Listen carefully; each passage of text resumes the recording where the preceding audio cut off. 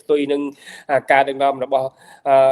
របបតកូលហ៊ុនតែមានការកណ្ដាលកំហែងឬការអាចឈានដល់ការចាប់ដាក់គុកអីជាដើមដូច្នេះយើងមានតែយើងនៅខាងក្រៅប្រទេសទេដែលជាអ្នកជួយផ្សព្វផ្សាយជួយលើកនៅកំហុសឬក៏អំពើ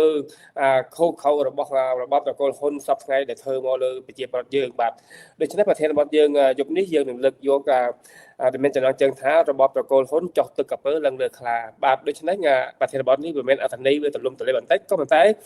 យើងឃើញទស្សនវិជ្ជានយោបាយស្រុកខ្មែរឥឡូវក្រុមការដឹកនាំរបស់អ៊ុកហ៊ុនសែននេះវាដូចជាចូលក្នុងប្រធានបទនឹងដែរដោយសារឥឡូវលោកហ៊ុនសែនកំពុងតែរងសម្ពាធគ្រប់ទិសទីទាំងក្នុងស្រុកទាំងក្រៅស្រុកដោយគឺសម្ពាធគឺបញ្ហាធំបំផុតក្នុងទឹកដីកម្ពុជាគឺអំពីអង្គើអកតកម្មអនឡាញជាដើមដូចយើងដឹងស្រាប់ហើយមួយរយៈមកនេះឥឡូវគាត់ថាអកតកម្មអនឡាញកំពុងតែគាត់ថាផ្ទុះរំជើបរំជួលមិនមែនតែក្នុងប្រទេសកម្ពុជាទេគឺថាទូទាំងពិភពលោកបដរហូតដល់ខាងមេ FBI ខាងសឹកការសម្ងាត់របស់សហព័ន្ធអាមេរិកចុះទៅជួបលោកហ៊ុនម៉ាណែតជាលោកខាសផាត់ថែលនឹងទៅជួបផ្ទាល់តែម្ដងដោយសារការបញ្ជាពេលរបស់លោកហ៊ុនសែនឬក៏ការមិនអើពើនៅសំណើរបស់ខាងភក្តីរងគ្រោះនឹងគេមិនចាត់វិធានការដែលគេចង់បានឥឡូវពេលនេះដូចជាគេមិនទុកពេលវេលាឲ្យរបបតកូលហ៊ុនតទៅគេចង់មកចុះមកបញ្ជាក់បង្ខំទៅចាត់វិធានការអ្វីដែលគេចង់បានដូច្នេះយើងប្រធានបទយើងយប់នេះយើងឃើញចង់ដាក់ថារបបតកូលហ៊ុនចុះទឹកកពើឡើងលើខ្លាចុះទឹកកពើដោយសារឥឡូវក្នុងសេដ្ឋកិច្ចរបស់តកូលហ៊ុនកំពុងតែដាំក្បាលចុះអត់មានវិនិយោគិនអត់មានលុយចំណូលជំនួយបរទេសក៏គេកាត់បន្ថយប្រជាពលរដ្ឋក៏អត់មានការងារធ្វើការចំណាក់ស្រុកមួយថ្ងៃកាន់តែច្រើនហើយប្រជាពលរដ្ឋរងគ្រោះអំពើយុត្តិធម៌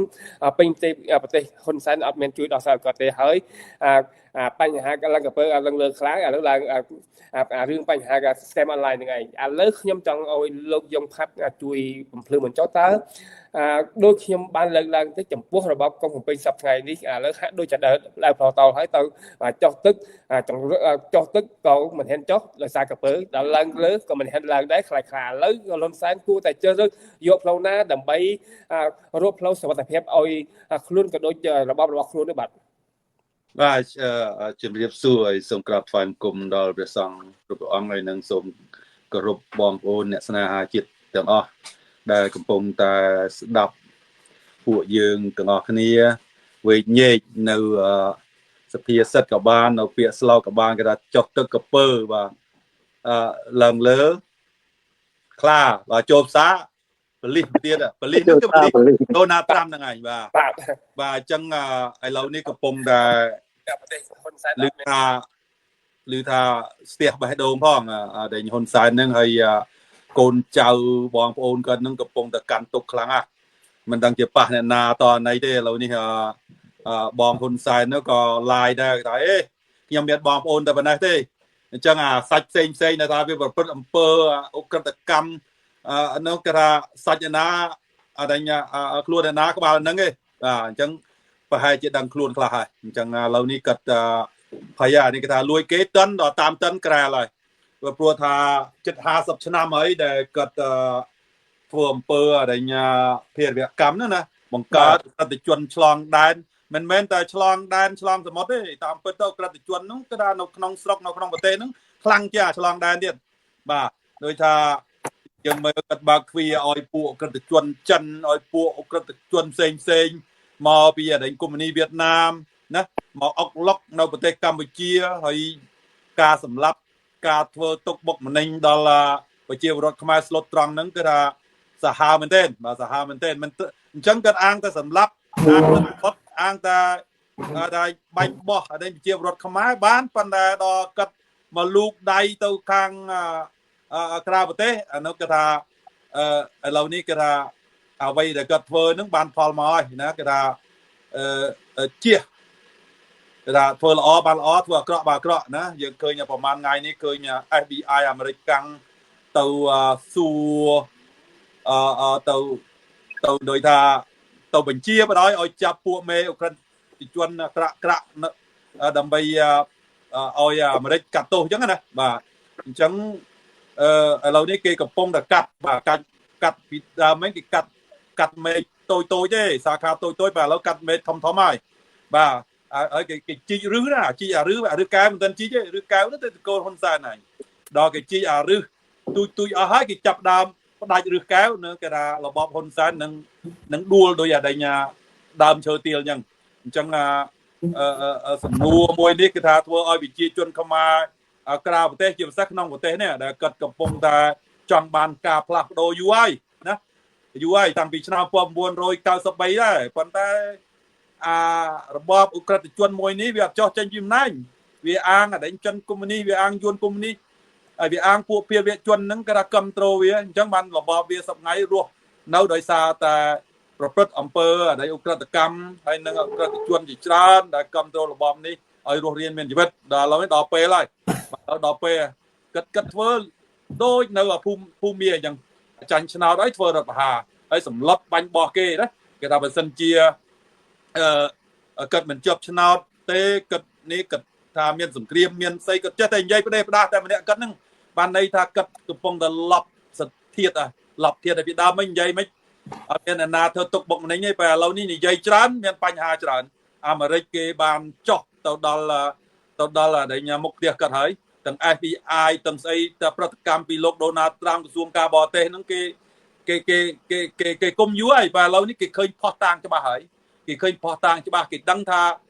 ได้ยาระบอบคนซานคนมานานั่งเกียนเนี่ยบังคับលោកយំខាត់ខ្ញុំសំកាត់ប្រសាសន៍លោកចំណុចនេះបន្តិចពាក់ព័ន្ធនឹង FBI ក៏ដូចជាក្រសួងការបរទេសរហូតដល់លោកដូណាល់ត្រាំបានប្រកាសថាจะប្រើយកច្បាប់ដែលក៏មានក្នុងប្រទេសក៏ប្រើឲ្យអស់ពីសមត្ថភាពដើម្បីបង្ក្រាបលោកអកតកម្មអនឡាញនៅអាស៊ីអាគ្នេយ៍ក៏ប៉ុន្តែគាត់មិនបានលើកចំចំពោះកម្ពុជាទេក៏ប៉ុន្តែការលើកហ្នឹងហាក់ដូចជាដៅទៅកម្ពុជាគាត់តែមិនបញ្ចេញឈ្មោះក៏ប៉ុន្តែខ្ញុំចង់ឲ្យលោកបញ្ជាក់ថាការដែលប្រធាន FBI ចុះទៅជួបលោកហ៊ុនម៉ាណែតហ្នឹងលោកគិតថាមុននឹងគេចុះទៅគឺគេបានឯកសារគ្រប់គ្រាន់ក្នុងដៃដែរទេឬក៏ចុះទៅដោយសារអំណាចដើម្បីគម្រាមហ៊ុនសែនហ៊ុនម៉ាណែតឲ្យចាប់អកតជនទាំងនោះឲ្យសហរដ្ឋអាមេរិកបាទចំណុចនេះអ្នកប្រជាធិបតេយ្យគេមុននឹងចុះទៅគេសិក្សាគេមានផុសតាងគេមានស្អីគ្រប់គ្រាន់ហើយបានគេចុះទៅគ្រាន់តែសួរទេបាទសួរមិនមែនចំតួទេគេថាអ្នកណាដែលថាមេប្រមាណនេះដែលគេចុចឈ្មោះឲ្យដែលលោកហ៊ុនសែនហ៊ុនម៉ាណែតនឹងចាប់នឹងក៏ដូចតែចាប់ដែរបាទក្នុងសំណួរគេហ្នឹងណាបាទមានអ្នកកសែតអាមេរិកកាំងដល់13ទៀតសួរយើងអាចស្ដាប់ទាំងអស់គ្នាហើយរបៀបកាត់ឆ្លើយហ្នឹងកាត់ឆ្លើយគេថាបើនិយាយទៅកាត់គេតែអំពើបាននៅលើមាត់ណាឆ្លើយថាបងវ៉ែនដានប៉ុន្តែរត់តែធ្លាក់ចូលដានគេណាគេថាកិច្ចពេញតាក់ធ្លាក់លងណាដូចលោកសួរមិញចុះទឹកកពើឡើងលើខ្លាចូលសាបលិសហើយបាទអញ្ចឹងខ្ញុំនិយាយថាគាត់កិច្ចពេញតាក់ទៅធ្លាក់លងបាទធ្លាក់លងនេះចូលជើងតាក់បាទនៅពេលដែលគាត់ឆ្លើយច្រើនអំពើបាននៅលើមាត់គាត់ឯងពួកគាត់ជាអ្នកមានដែលនិយាយថាមានបញ្ហាណាគាត់ជាមេអក្រិតជនអញ្ចឹងគាត់ថាមិនអាចលាក់បាំងគេបានទេព្រោះគេមុននឹងទៅហ្នឹងគេតាមដានគេមានចំណុចស្អីហ្នឹងព្រោះអ្នកដែលថាធ្វើរ៉ូស៊ីជាមួយគាត់ទេណារ៉ូស៊ីដែលអក្រិតជនឆ្លងដែនហ្នឹងគាត់ដូចថាគាត់បានធ្វើទុកគេអញ្ចឹងគេបានផ្ញើឯកសារហ្នឹងទៅអស់ហើយកន្លែងណាអ្នកបកហ្នឹងគេមាននៅក្នុងដៃគេអស់ហើយគេមុននឹងទៅហ្នឹងដូច្នេះគេថាគ្មានអ្នកណាមួយដែលជួយចិត្តហ៊ុនសែនទេសូម្បីតែបាក់គាត់ក្រុមគាត់ហ្នឹងក៏ហ៊ុនសែនធ្វើស៊ីដែរចុះលោកចង់ជាបើប៉ះសិនជាទៅការលើកឡើងរបស់លោកមុននឹងគេចុះទៅដល់ស្រុកខ្មែរគេជួបមេដឹកនាំខ្មែរដើម្បីបញ្ជាក់បុគ្គលដែលគេទៅការចាប់មកដើម្បីកាត់ទោសសួរចម្លើយហ្នឹងក៏ប៉ុន្តែចំពោះហ៊ុនម៉ាណែតក៏បានឆ្លើយនៅសំណួររបស់អ្នកកសែតល្បីពិភពលោកមួយអី Bloomberg ហ្នឹងគាត់ឆ្លើយថារឿងបុគ្គលតើលោកគិតយ៉ាងម៉េចវិញដូចជាលីយ៉ុងផាត់កុកអាមហ្នឹងគាត់ថាជារឿងបុគ្គលទៅវិញតើបាទហ្នឹងគាត់យ៉ាងម៉េចគាត់និយាយតាំងពីដើមអញ្ចឹងมันអាចបរទេសណាជ្រៀតជ្រែកមកកម្ពុជាបានទេចង់គេប្រព្រឹត្តអំពើស្អីរំលោភសិទ្ធិមនុស្សចាញ់ឆ្នោតហើយធ្វើរដ្ឋប្រហារវិញធ្វើស្អីហ្នឹងគាត់និយាយទៅប៉ុន្តែច្បាប់គេច្បាប់អន្តរជាតិមិនដូចគាត់និយាយទេបាទអ្វីគាត់និយាយហ្នឹងគឺថាធ្វើឲ្យគេហ្នឹងរត់តែច្បាស់ឡើងបាទច្បាស់ឡើងដូចថាអូអ្នកនេះគាត់ថាជាពួកអក្រិតជនតើអញ្ចឹងគេការពារអក្រិតជនគ្នាគេថារឿងផ្ទាល់ខ្លួនទេសម្រាប់គេក៏ដោយរឿងផ្ទាល់ខ្លួនទេអ្នកឯងមិនបាច់ប៉ុន្តែគាត់ភ្លេចថាប្រទេសកម្ពុជានៅក្រោមសិទ្ធិសញ្ញាក្រុងប៉ារីស ដូច្នេះអាមេរិកជាម្ចាស់ហត្ថលេខីនៃសន្ធិការកុងប៉ារីអាចចេញចូលបានតាមចិត្តបាទអូខេអរគុណកណាអាមេរិកចេញមុខមុនគេហើយអាប្រទេសផ្សេងហ្នឹងគេថាទៅតាមតែអាមេរិកទេព្រោះហើយអត់មានខុសច្បាប់ដូចនៅអរ៉ង់ដូចនៅកន្លែងផ្សេងទៀតទេណាគេទៅគ្រប់គ្រងអាមេរិកហើយបាទអរគុណចាស់លោកយងជាខ្ញុំនឹងលើកសំណួរបន្តពីការបកស្រាយរបស់លោកខ្ញុំនឹងសួរបន្តទៀតក៏តែខ្ញុំចង់លោកតាមប៉ុណ្្នឹងសិនខ្ញុំចង់ងាកមកលោកសិដ្ឋាឋានលោកប្រធានបទយើងដែរក៏តែសំណួរបែបផ្សេងលោកសិដ្ឋាដូចលោកដឹងស្រាប់ហើយប្រធានបទយើងយប់នេះចោះទៅកពើឡើងលើខ្លាហើយលោកយងជាបានបន្ថែមមួយម៉ាត់ទៀតចូលផ្សារប៉ាលីសដូច្នេះហាក់ដូចជាមានន័យថាហ៊ុនសែនរបស់ហ៊ុនសែនកំពុងដើរដល់ផ្លូវតល់ទៅដល់ណាក៏ជួបប៉ូលីសទៅដល់ណាក៏ជួបសត្វអាហាវដូចជារឿងនៃមន្ត្រីទៅបេះផ្លែឈើអញ្ចឹងដែលទេវតាប្រឡែងខ្លួនជាខ្លាស្ទាក់ផ្លូវដើម្បីទុកពេលវេលាឲ្យវាសណ្ដោគេថាដាក់តែនទៅឲ្យតាជជក់ចលីនឹងគ្រឹស្នាហ្នឹងណាហ្នឹងហើយឥឡូវខ្ញុំចង់បញ្ជាក់ដល់ប៉ុណ្ណឹងក៏ប៉ុន្តែឥឡូវដោយសារការតល់ច្រករបស់ហ៊ុនសែននឹងហើយទើបបើកផ្លូវឲ្យលោកកឹមសុខាយកស្រាប់បានព្រះមហាក្សត្រជាវាំងននដើម្បីបិទបាំងនៅអំពើអកតកម្មរបស់ខ្លួនគឺបិទបាំងអីដោយសារឥឡូវមហាសត្វខ្មែរបានចេញអនុក្រឹត្យលើកលែងឲ្យលោកកឹមសុខាមានសិទ្ធិចេញក្រៅប្រទេសក៏ប៉ុន្តែអត់មានសិទ្ធិធ្វើនយោបាយទេតើលោកអាចគិតនេះជាឆាកល្ខោនមួយថ្មីដែលហ៊ុនសែនបង្កើតដែរទេបាទដូចជាលោកអូននិយាយលើកមុនហ្នឹងថាវាប្រើប្រាស់ស្ដេចហ្នឹងមកចេញមកទៅប៉ុន្តែយើងស្រុកខ្មែររឿងបៃលុកបៃឡគ្មានរឿងអីមួយយើងសង្គមអន្តរជាតិយើងជាខ្មែរយើងដឹងពិតប្រាកដហើយថាវាប្រើស្ដេចហ្នឹងមកដើម្បីឲ្យជួយដាក់ដកលើកលែងទោសលោកយមសុខាហ្នឹងប៉ុន្តែមិនលើកលែងទោស 100% ផងបាទបើគ្រាន់តែថាមួយកលៈម្ដងខ្ញុំថាវាគ្រាន់តែធ្វើតម្រូវណាធ្វើតម្រូវកុំឲ្យសង្គមអន្តរជាតិគេមើលឃើញថាវានឹងឲ្យមានចេតនាចង់ស្ដារប្រជាធិបតេយ្យឬស្អីចឹងណាតែខ្ញុំថាតកូលហ៊ុននេះរបបភ្នំពេញនេះយើងរមមដល់ពេលសប្តាហ៍នេះដូចជាវិធានបទថាចុះទឹកធ្វើឡើងលើខ្លាខ្ញុំថាជាឱកាសល្អដែលអ្នកប្រជាធិបតេយ្យជន់កវាថែមណាអញ្ចឹងបានខ្ញុំនិយាយលើកមុនជាមួយយើង3នាក់ខ្ញុំបានប្រាប់ហើយថាឱកាសណាមានជន់កវាបលិចទឹកទៅដើម្បីយកកម្ពុជានឹងមកឲ្យជារបស់ខ្មែរព្រោះយើងដឹងថាជាសប្តាហ៍នេះពួកនឹងវាឲ្យតម្លៃ7មករាបានន័យថាវាបំរើនយោបាយយួនអញ្ចឹងនយោបាយយួនវាទីនយោបាយយួនប្លន់ទឹកដីតែអញ្ចឹងទៅវាជាទម្លាប់វាគោហ៊ុននេះរបបនេះតែលោកសិដ្ឋាតើលោកអាចគិតថានយោបាយដែលព្រះមហាក្សត្រខ្មែរហ៊ុនសែនខ្ចីដៃស្ដេចខ្មែរមកដើម្បីលើកលែងទោសឲ្យលោកកឹមសុខាមានការមានសិទ្ធិចេញទៅក្រៅប្រទេសហ្នឹងតើដើម្បីកថាបង្រួបបង្រួមនៃប្រជាធិបតេយ្យហ្នឹងតើលោកគិតថាអាចបង្រួបបង្រួមបានទេបើប៉ះសិនជាហ៊ុនលោកកឹមសុខាមិនមានសិទ្ធិនយោបាយផងហ្នឹងហើយប្រធានទូរទស្សន៍ប្រធានគណៈបករបស់គាត់អត់មានសិទ្ធិគ្រប់គ្រងក្នុងការឃោសនាតើអាចទៅរួចទេការបង្រួបបង្រួមនៃប្រជាធិបតេយ្យយើងចង់ទៅរួបរวมជាមួយនរណាសម័យនេះខ្ញុំកំពុងតែថ្កោលទោសអ្នកប្រជាធិបតេយ្យហើយដែលយើងមិនឆ្លៀតឱកាសពេលសង្គមអន្តរជាតិគេកំពុងតែថ្កោលទោសវារឿងស្កែមមកគេផងបំផ្លាញប្រជាធិបតេយ្យផងវិបត្តិជាមួយថៃផងយើងអ្នកប្រជាធិបតេយ្យយើងត្រូវឆ្លៀតឱកាសហ្នឹងយកអំណាចពីវាយើងមិនមែនថាប្រើពាក្យថាពេលបរទេសໄວធ្វើឲ្យខ្មែររួបរวมគ្នាណាវាមិនមែនជាខ្មែរដូចយើងគិតណាបើវាជាខ្មែរហើយđâyបានវាឲ្យតម្លៃតែ7មករាយើងដឹងទាំងអស់គ្នាថា7មករាគឺថ្ងៃដែលយួនឈ្លានពានយើងដល់ពេលអញ្ចឹងយើងអ្នកប្រជាធិបតេយ្យជាឱកាសល្អដែលយើងនៅឈរក្រោយជាមួយអន្តរជាតិចំពោះគេថ្កោលទោសអាវាឆោបោកគេផងណាយើងកុំឲ្យភ្លេចគោលដៅហ្នឹងដោយខ្ញុំបានលើកឡើងលើកមុនអញ្ចឹង30-40ឆ្នាំយើងចង់ទៅដូរដល់របបនេះទេណាអាហ៊ុនសែននេះជាសត្រូវរបស់អ្នកប្រជាធិបតេយ្យនៅដល់ពេលថៃໄວយើងទៅជាថៃណាសត្រូវយើងថៃໄວធ្វើឲ្យខ្មែររួបរวมគ្នាហើយរួបរวมវាមិនខ្មិចសង្គមអន្តរជាតិកំពុងតែថ្កោលទោសវាអ្នកឆោបបោកគេផ្អើលពេញពិភពលោកហើយធ្វើបាបប្រជាពលរដ្ឋបំផ្លាញប្រជាធិបតេយ្យយើងជាអ្នកប្រជាធិបតេយ្យយើងគួរតែឆ្លៀតឱកាសហ្នឹងជាប់កកវាថែមទៅខ្ញុំដូចខ្ញុំថាអញ្ចឹងថៃជឿនបានទៅសប្តាហ៍ក៏ដោយសារវាដែរអញ្ចឹងវាស្អីកើតបោកដោយសារវាបើសារវាឲ្យទុកឲ្យវាដោះស្រាយទៅយើងទៅហក់អាណាទៅថ្កោលទោសបាទតែលោកក៏សិដ្ឋាខ្ញុំចង់ឲ្យលោកបញ្ជាក់បន្ថែមបន្តិចទៀតពាក់ព័ន្ធនឹងរឿងលោកកឹមសុខាហ្នឹង ដែលបន្តពីព្រះមហាក្សត្របានលើកលែងទោសការបង្ក្រាមចេញកាប្រទេសឥឡូវក៏មានសិទ្ធិចេញកាប្រទេសថ្ងៃណាក៏បានម៉ោងណាក៏បានដែរគ្រាន់តែមិនទាន់មានសិទ្ធិធ្វើនយោបាយឬក៏ឈ្មោះបោះឆ្នោតឬក៏អាចមានសិទ្ធិបោះឆ្នោតអីជាដើមឡើយក៏ប៉ុន្តែថ្មីនេះយើងឃើញលោកកឹមសុខាជាមួយនឹងគាត់ថាអ្នកក្រមបង្កប់របស់គាត់នឹងក្នុងការដំណើរទៅចេញអំណោយដល់ជនភៀសសិកទៅសួរសុខទុក្ខដល់ជនភៀសសិកហើយក៏បានថ្លែងសារនយោបាយការសេញសាររបស់គាត់គឺថាសារនយោបាយសតសិទ្ធិនេះឲ្យខ្មែរ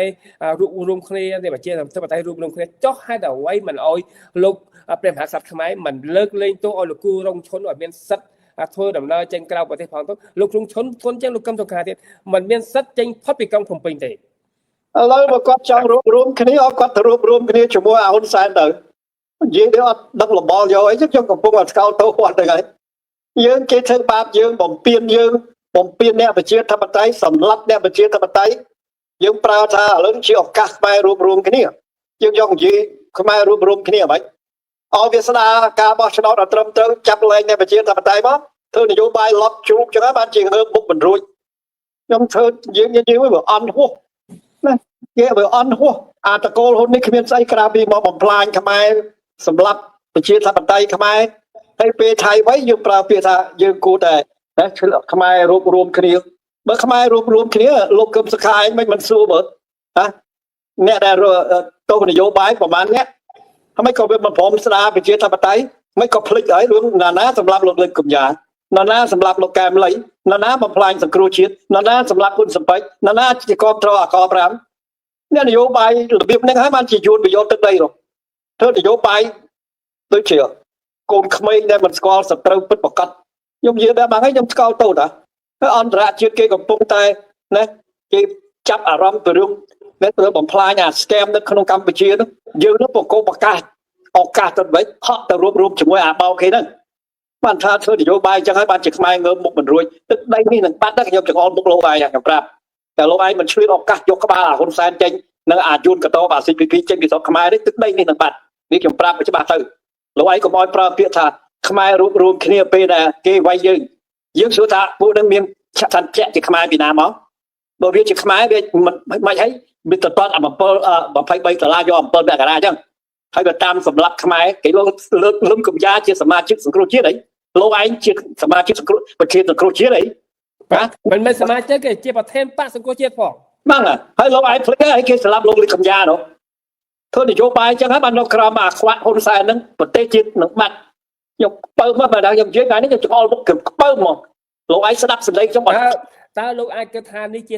សម្លឹកមានរបស់ហ៊ុនសែនខ្ចីដៃលោកយើងឈប់ធ្វើនយោបាយប្រជាធិបតេយ្យទេបាទយើងគាត់គួរតែដឹងគាត់ត្រូវតែមានចំហឲ្យរឹងមិនមែនពេលថៃវៃទេទុំគាត់ណាប្រើពាក្យថាពេលដែលសត្រូវរបស់ខ្មែរអ្នកប្រជាធិបតេយ្យគឺពួកអា7មករាគឺពួកអគណៈបកប្រជាជនដល់ពេលថៃវៃបើទៅជាភ្លេចអស់អាសត្រូវដែលបំផ្លាញយើង30-40ឆ្នាំលោកឯងធ្វើនយោបាយអញ្ចឹងហើយបានជាអាហ៊ុនសែនវាចិត្តតែមើលងាយខ្មែរវាចិត្តណានិគុំយួនពីពេញទឹកដីខ្មែរលោកឯងមិនដូចមិនស្គាល់អាហ៊ុនសែនច្បាស់ពិតប្រកបចឹងជាដឹងបាំងអីណាលោកឯងហ្នឹងខ្ញុំបាននិយាយប្រហែលសារហើយតែការផ្លាស់ប្ដូរអត់អង្សាមិនយកខ្មែរណាជាសត្រូវតើអាគណៈបកប្រជាជនវាបានគិតដូចលោកឯងនិយាយអត់វាយកលោកឯងជាសត្រូវវាយកសមាជិកលោកឯងជាសត្រូវអញ្ចឹងហើយបានវាតាមសម្លាប់ទៅដល់ថៃណាហើយសង្គ្រោះជាតិវារំលាយទៀតធ្វើនយោបាយជិះចេះកុំនិយាយថាបាំងអីគឺថាធ្វើឲ្យតាប្រជាពិធចង់បានតែថាយើងនឹងនៅពីក្រោយអ្នកដែលថៃឈ្លានពានប្រហែល70លានឋានហើយចុះអាគណៈបកប្រជាជនអាកកខ្មែរជិះជាន់ខ្មែរពេញនគរនោះលោកឯងមិនដែលមើលឃើញទេបានថាវាហួសហេតុចេះឲ្យឈប់ធ្វើនយោបាយទៅបោះបង់ចោលចូលធ្វើជាសមាជិកបកប្រជាជនអស់ទៅមែនតាធ្វើនយោបាយចេះយួនពេញស្រុកហើយយើងចែកមិនដាច់ទៀតជារឿងរបស់ខ្មែរបើរឿងរបស់ខ្មែរគេចាំបាច់ចាប់ចងខ្មែរដែលការពីបរិស្ថានគេចាប់ចាំបាច់សម្លាប់ខ្មែរដែលស្រឡាញ់ប្រជាធិបតេយ្យថាលោកឯងសាគិតទៅមើលបានថាមិនមែនកូនក្មេងទេលោកឯងហើយខ្ញុំអាយុប្រហែលគ្នាដែរមួយគួរហើយខ្ញុំប្រាប់យូរហើយថាគណៈបកប្រជាជនអាយុកតបនេះបរោគតែមជ្ឈបាយគ្រប់គ្រងកម្ពុជាទេដើម្បីគេប្លន់ទឹកដីយើងលោកឯងមិនដឹងទេតែហេសរុបនៅលើទឹកដីយួនណាលោកឯងគួរតែភ្ញាក់កុំឲ្យប្រើពាក្យ ថាថៃវ័យខ្មែររួបរวมគ្នាលោកឯងទៅរួបរวมជាមួយវាទៅណាអាមនុស្សដែលតាមតែសម្លាប់ប្រជាធិបតេយ្យខ្មែរស្រាប់តែកូនក្មេងទៅការជាបរិស្ថានក៏វាបន្ទុកផងហើយចេះហីណាចង់ថាធ្វើនយោបាយយើងនៅមួយប្រជាពលរដ្ឋហើយចេះប្រជាពលរដ្ឋនៅជាមួយនរណានៅជាមួយជួនផ្ដាច់ការគេចង់ឲ្យលោកឯងដោះចូលរបស់ផ្ដាច់ការខ្ញុំប្រាប់ទៅមិនមែនដោយសារថៃវ័យនឹងមកលោកឯងភ្លេចអស់ជួនផ្ដាច់ការនេះខ្ញុំគ្រាន់តែនិយាយឲ្យច្បាស់ខ្ញុំនិយាយឲ្យច្បាស់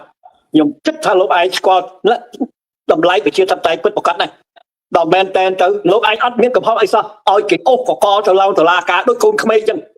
ណាបើខ្ញុំជាលោកឯងណាខ្ញុំឲ្យវាហៅអាមេរិកមកកាត់ក្តីមកតើអាមេរិកពាក់ព័ន្ធស្អីអានោះបានយើងហ៊ានស៊ីសងជាមួយវាតើនយោបាយចេះឲ្យបានជជន់វាយកស្រុកខ្ញុំនិយាយឲ្យច្បាស់ទៅបាទអរគុណចាស់លោកជាថាលោកខាក់ដូចជាលោកមកហ៊ុនខ្ញុំជំនាន់សាធារណរដ្ឋខ្ញុំខំទប់ស្កាត់យួនមិនឲ្យចូលទឹកដីខ្មែរយួនមកចូលទឹកដីខ្មែរលោកឯងរាប់វាថាជាខ្មែរនេះបាទខ្ញុំចង់ប្រាប់ឲ្យច្បាស់បើវាជាខ្មែរគេឲ្យតម្លៃ$23ហើយវាមិនមែនឲ្យតម្លៃ7មករាទេមិនថែមទាំងនោះទេលោកឯងអាយុប្រហែលឡើងលោកឯងបើកប្រវត្តិសាស្ត្រខ្មែរមើលដែលឃើញស្ទូបយួនពេញស្រុកខ្មែរទេហាខ្ញុំសួរលោកឯងមួយម៉ាត់អា CLV នឹងលោកឯងអញ្ជើញទៅមើលខ្លួនឯងទៅគ្រួសារយួនប្រហែលលានគ្រួសារហើយឯងបើវាជាខ្មែរណាមិនក៏វាមិនចែកអំណាចឲ្យខ្មែរនឹងអ្នកដទៃទៀតនឹងជួយកាត់ស្រុកដើម្បីទប់ស្កាត់ទាំងលិចទាំងកើតបើវាជាខ្មែរវាត្រូវតែយល់បញ្ហាហ្នឹងណាវាមិនមែនបាត់ចោលអ្នកប្រជាធិបតេយ្យសម្លាប់អ្នកជាតិនិយមទេណាលោកឯងភ្លេចទេណាសម្លាប់លោកលេខកំយ៉ាណាសម្លាប់កែលីជាវិជាឈុតវិធីណាបំផ្លាញទាំងគ្រូជាតិណាសម្លាប់ហ៊ុនសពេចគ្រាន់តែថៃវៃភ្លាមលោកឯងភ្លេចទាំងអស់នេះបាទអរគុណចាស់លោកជាថាបាទជាការពិតណាស់ចំពោះការលើកឡើងរបស់លោកជាការសំទោសវាអញ្ចឹងហើយបានទឹកដីខ្មែរវាចិត្តតែបាត់ដល់ប្រពោដល់ហ៊ុនបាទគេចិញ្ចឹមចិត្តប្លន់យើងហើយយើងនៅចែកមិនដាច់ទៀតនេះខ្ញុំសូមប្រាប់ដល់ខ្ញុំប្រាប់ខ្ញុំលោកគឹមស្កាលខ្ញុំមិនផ្លាច់ខាត់អត់ទទួលយកការលើកលែងមកកលៈចឹងទេខ្ញុំអត់ទទួលជាដាច់ខាត់គឺខ្ញុំសូមឲ្យវាយកអាមេរិកមកកាត់ទោសតើខ្ញុំខុសមែនអត់អាមេរិកចូលដៃអត់អានោះបានយកកម្លាំងមហាអំណាចគេនៅពីក្រោយគេវេកញ៉ែក៏ឃើញកាលណាគេរកមិនឃើញគឺវានឹងហើយដែលបំផ្លាញជាតបតៃនេះលោកឯងត្រូវតែដើរផ្លូវនេះខ្ញុំប្រាប់ទៅផ្លូវដែលលោកឯងត្រូវដើរឲ្យអាតារាការកម្ពុជាហៅអាមេរិកណាលោកឯងពាក់ព័ន្ធស្អីខ្លះយកផុសតាមអាមេរិកគេសន្យាថាជួយរត់ក្រោះប្រមាណទៅរំលំអាខ្វាក់នោះណាលោកឯងត្រូវតែធ្វើអញ្ចឹងអានេះមិនចំពោះលោកឯងវាច្បាស់ឲ្យគេអូសកកឡើងទៅតុលាការដោយកូនក្មេងហើយរោគ5-6 ឆ្នាំមិនដែរអាណាចោតរោគ5-6 ឆ្នាំរកផុសតាមមិនបានហើយគេលេខទោសប៉ុណ្្នឹងលោកឯងមានមោទនភាពសម្រាប់ណាទៅពេលគ្រួសារវាងាប់លោកឯងទៅមើលគ្រួសារវាពេលដល់គ្រប់តែលោកឯងឈឺវាមិនចង់ឲ្យទាំងលោកឯងទៅមើលផងនេះហើយដែលលោកឯងយល់ឃើញថាខ្មែរត្រូវតែរួបរวมគ្នានេះខ្ញុំប្រាប់ឲ្យច្បាស់បាទអរគុណលោកជាថាចំពោះការលើកឡើងរបស់លោកគឹមសុខាគឺមិនខុសទេខ្ញុំឯកភាពក៏មិនតែអ្នកប្រជាធិបតេយ្យគេរួបរวมហើយគេចាំតែរួបរวมតែក៏មិនតែវាតែគណៈបកប្រជាជនទេដែលមិនចង់រួបរวมប្រជាពលរដ្ឋខ្ញុំប្រាប់លោកអូនមួយម៉ាត់បើខ្ញុំគឺគឹមសុខាណាខ្ញុំនឹងរួបរวมតែឯងត្រូវតែឯងបង្ហាញអាលីរតនៈថ្មីពេជ្រកន្លឹមទៅឲ្យថៃនេះទី1ទី2ខ្ញុំនឹងរួបរวมនឹងឯងត្រូវតែឯងរកគិតកលណាប្រយសម្រាប់លោកកែមលីលោកជាវិជាឈុតវិធីណានៅក្រោយការសម្លាប់លោក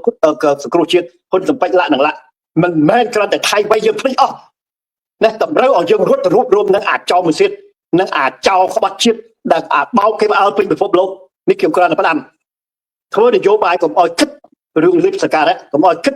គ្រាន់តែណាប្រជាវិធដ្ឋគ្រាន់តែថាពេលថៃវៃនេះលោកឯងជឿឆ្អាលសម្បើមណាតើខ្មែរពេញនគរណាអាខ្វាក់នឹងទៅធ្វើបាបខ្មែរពេញនគរខ្ញុំប្រាប់សៀមរាបប្រមាណ1000គ្រួសារផ្លត់ដីប្រជាពលរដ្ឋខ្មែរនេះខ្ញុំសូមឲ្យនិយាយគ្នាឲ្យច្បាស់ល្មមហើយបើថាមិនកើតទេណាចូលគណៈបកប្រជាជនឲ្យបាត់ទៅបាទអរគុណលោកសិដ្ឋាហ្នឹងហើយលោកហាក់ដូចជាមានការមិនពេញចិត្តនឹងទង្វើរបស់លោកគឹមសុខាក៏ប៉ុន្តែបើតាមយើងឃើញសកម្មភាពខ្ញុំនិយាយមិនសំដៅលោកគឹមសុខាទេខ្ញុំនិយាយអ្នកប្រជាធិបតេយ្យទាំងអស់នេះខ្ញុំនិយាយឲ្យច្បាស់ថ្ងៃនេះណាប្រទេសជាតិនេះនឹងបាត់ហើយយើងជឿចាប់30-40 ឆ្នាំនេះវាគ្រប់គ្រាន់ហើយណាមិនមែនពេលថៃវៃយើងភ្លេចសត្រូវរបស់យើងទេនេះខ្ញុំគ្រាន់តែផ្ដាំឥឡូវការរួបរวมពេលដែលថៃវៃខ្មែររួបរวมគ្នាខ្ញុំយល់ស្រាប់បរទេសវៃធ្វើវៃបហាទីសាសយើងរួបរวมជាការពិតពេលដែលបរទេសឆ្លៀតពៀនខ្មែររួបរวมតែជឿសួរមកដល់សប្តាហ៍ការដែលយើងរួបរวมចាប់ដើមពីណាចាប់ដើមពីឲ្យតម្លៃ$23នោះហើយបានជាយើងរួបរวมបាន ពួក$23គេឲ្យយើងផ្ដាត់នៅប្រជាធិបតេយ្យឲ្យយើងឲ្យតម្លៃគ្រប់គណៈបកចូលរួមការពារទាំងអស់គ្នាអានឹងបានយើងចូលរួមជាមួយវាបានណាវាតត់គេដតៃទៀតហេតុអីបានជាវាតត់គេដតៃទៀតហេតុអីបានវារំលែកសង្គ្រោះជាតិព្រោះវាខ្លាចបាត់បង់អំណាចព្រោះគណៈបកប្រជា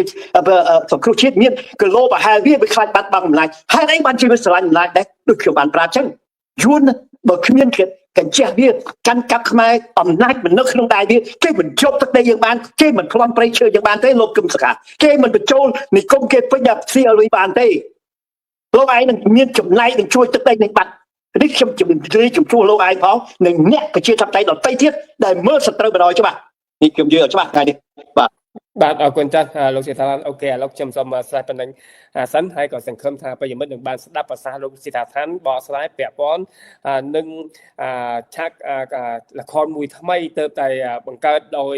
ហ៊ុនសែនសាកាជាមួយនឹងសីហមុនីយកលោកកឹមសុខាជាតួឯកក្នុងការសម្របសម្រួលនៃប្រជាធិបតេយ្យក៏ប៉ុន្តែយើងចាំមើលបន្តទៀតបើប៉ះសិនជាឲ្យចង់ឲ្យលោកកឹមសុខាជាអ្នកដើរសម្របសម្រួលរួមនៃប្រជាធិបតេយ្យចោះហេតុអ្វីមិនឲ្យគាត់មានសិទ្ធិធ្វើនយោបាយមានសិទ្ធិចូលរួមបោះឆ្នោតមានសិទ្ធិក្នុងការចូលបោះឆ្នោតឯកឧត្តមដល័ក្ខដូច្នេះយើងចាំតាមដាននៅឆាកល្ខោននឹងបន្តទៀតមិនតាន់ចប់នៅឡើយទេដូច្នេះខ្ញុំចង់ញាក់មកលោកយងខាត់ដូចអំបញ្ញមិញលោកបានលើកឡើងហើយពាក់ព័ន្ធនឹងអក្រិតជនដែលសហរដ្ឋអាមេរិកគេចង់បានក៏តែអុកហ៊ុនសែនហាក់ដូចជាអត់មានចាប់អារម្មណ៍មិនពើអីខ្លាចចាប់ទៅប៉ះចំកថាគ្នាឯងទី1ទី2ទៀតខ្លាចរង្គោះរង្គើផ្ទៃក្នុងដោយសារគេលេងទំនុកទុកចិត្តដោយសារអ្នកទាំងអស់ទាំងនោះដែលប្រព្រឹត្តនៅអំពើពុករលួយប្រព្រឹត្តនៅការរំលោភសិទ្ធិប្រជាពលរដ្ឋខ្លន់ខ្លីដល់ឃើញហ៊ុនសែនចាប់បុគ្គលដែលសហរដ្ឋអាមេរិកចង់បានទៀតខ្លាចផ្ទៃក្នុងរបស់ខ្លួនបាក់បែកគ្នាអាចរបបនឹងដួលរលំក៏ប៉ុន្តែក្នុងនេះខ្ញុំចង់សួរលោកបន្ថែមទៀតក៏ដូចជាលោកសៅសាទក៏បានលើកឡើងដែរក៏មានគំនិតមិនខុសពីខ្ញុំដែរគាត់ថាហ៊ុនសែនគាត់អាងថារដ្ឋធម្មនុញ្ញខ្មែរមិនមានចាប់បុគ្គលល្មើសច្បាប់ណាមួយទៅបុគ្គលឲ្យប្រទេស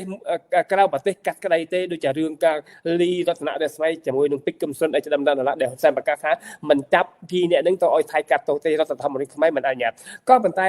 មុននឹងលើកជាសំណួរសួរទៅលោកខ្ញុំចង់បញ្ជាក់តើរឿងដែលអាមេរិកចាប់មកដល់រោមកដាក់គុកនៅញូវយ៉កនឹងសួរតើច្បាប់រដ្ឋធម្មនុញ្ញរបស់ប្រទេសវេណេស៊ុយឡានឹងមានអនុញ្ញាតទេហើយទី1ហើយទី2ទៀតអាមេរិកចូលចាប់មិនត្រូវការឆ្លងកាត់រដ្ឋសភារបស់ប្រទេសវេណេស៊ុយឡាតើវាសនារបស់លោកហ៊ុនសែននិងហ៊ុនម៉ាណែតអាចដូចមកដល់រោទេអាមេរិកមិនចាំឆ្លងកាត់សភាអាចដោយសារវាប៉ះពាល់ដល់ផលប្រយោជន៍របស់គេដូច្នេះគេនឹងធ្វើតាមច្បាប់របស់សហរដ្ឋអាមេរិកដែរទេបាទបើតាមច្បាប់អាមេរិកវាមិនមែនតែទៅតែលោកដូណាល់ត្រាំចាប់មេដឹកនាំគ្រឿងញៀនពីប្រទេសវេណេស៊ុយឡាទេតាមពិតទៅចំណិនខ្ញុំដូចចាំចំណិនរ៉ូណាល់រីហ្គេប៉ាណាម៉ាគាត់បាននៅអាស៊ីយើងហ្នឹងហើយម្នាក់ហ្នឹងគឺមេអាភៀននៅដោយភូមិអញ្ចឹងបាទ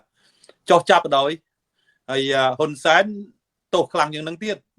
គាត់ជាអក្រិតកម្មសង្គ្រាមប្រឆាំងនឹងមនុស្សជាតិហើយគាត់ជាមេអក្រិតជនទៀតហើយអក្រិតជនហ្នឹងគឺដែលមានជាប្រព័ន្ធដែលចិនគេបញ្ជូនមកតាមរយៈកម្ពុជាហ្នឹងប្រទេសកម្ពុជាហ្នឹងដើម្បីទៅកកកកាយជា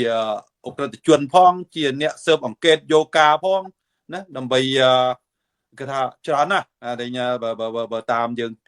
យើងមើលយើងស្ដាប់អ្នកដែលមុខអ្នកការដែលគេធ្វើការជាមួយព្រឹទ្ធសភារដ្ឋសភាអាមេរិកណា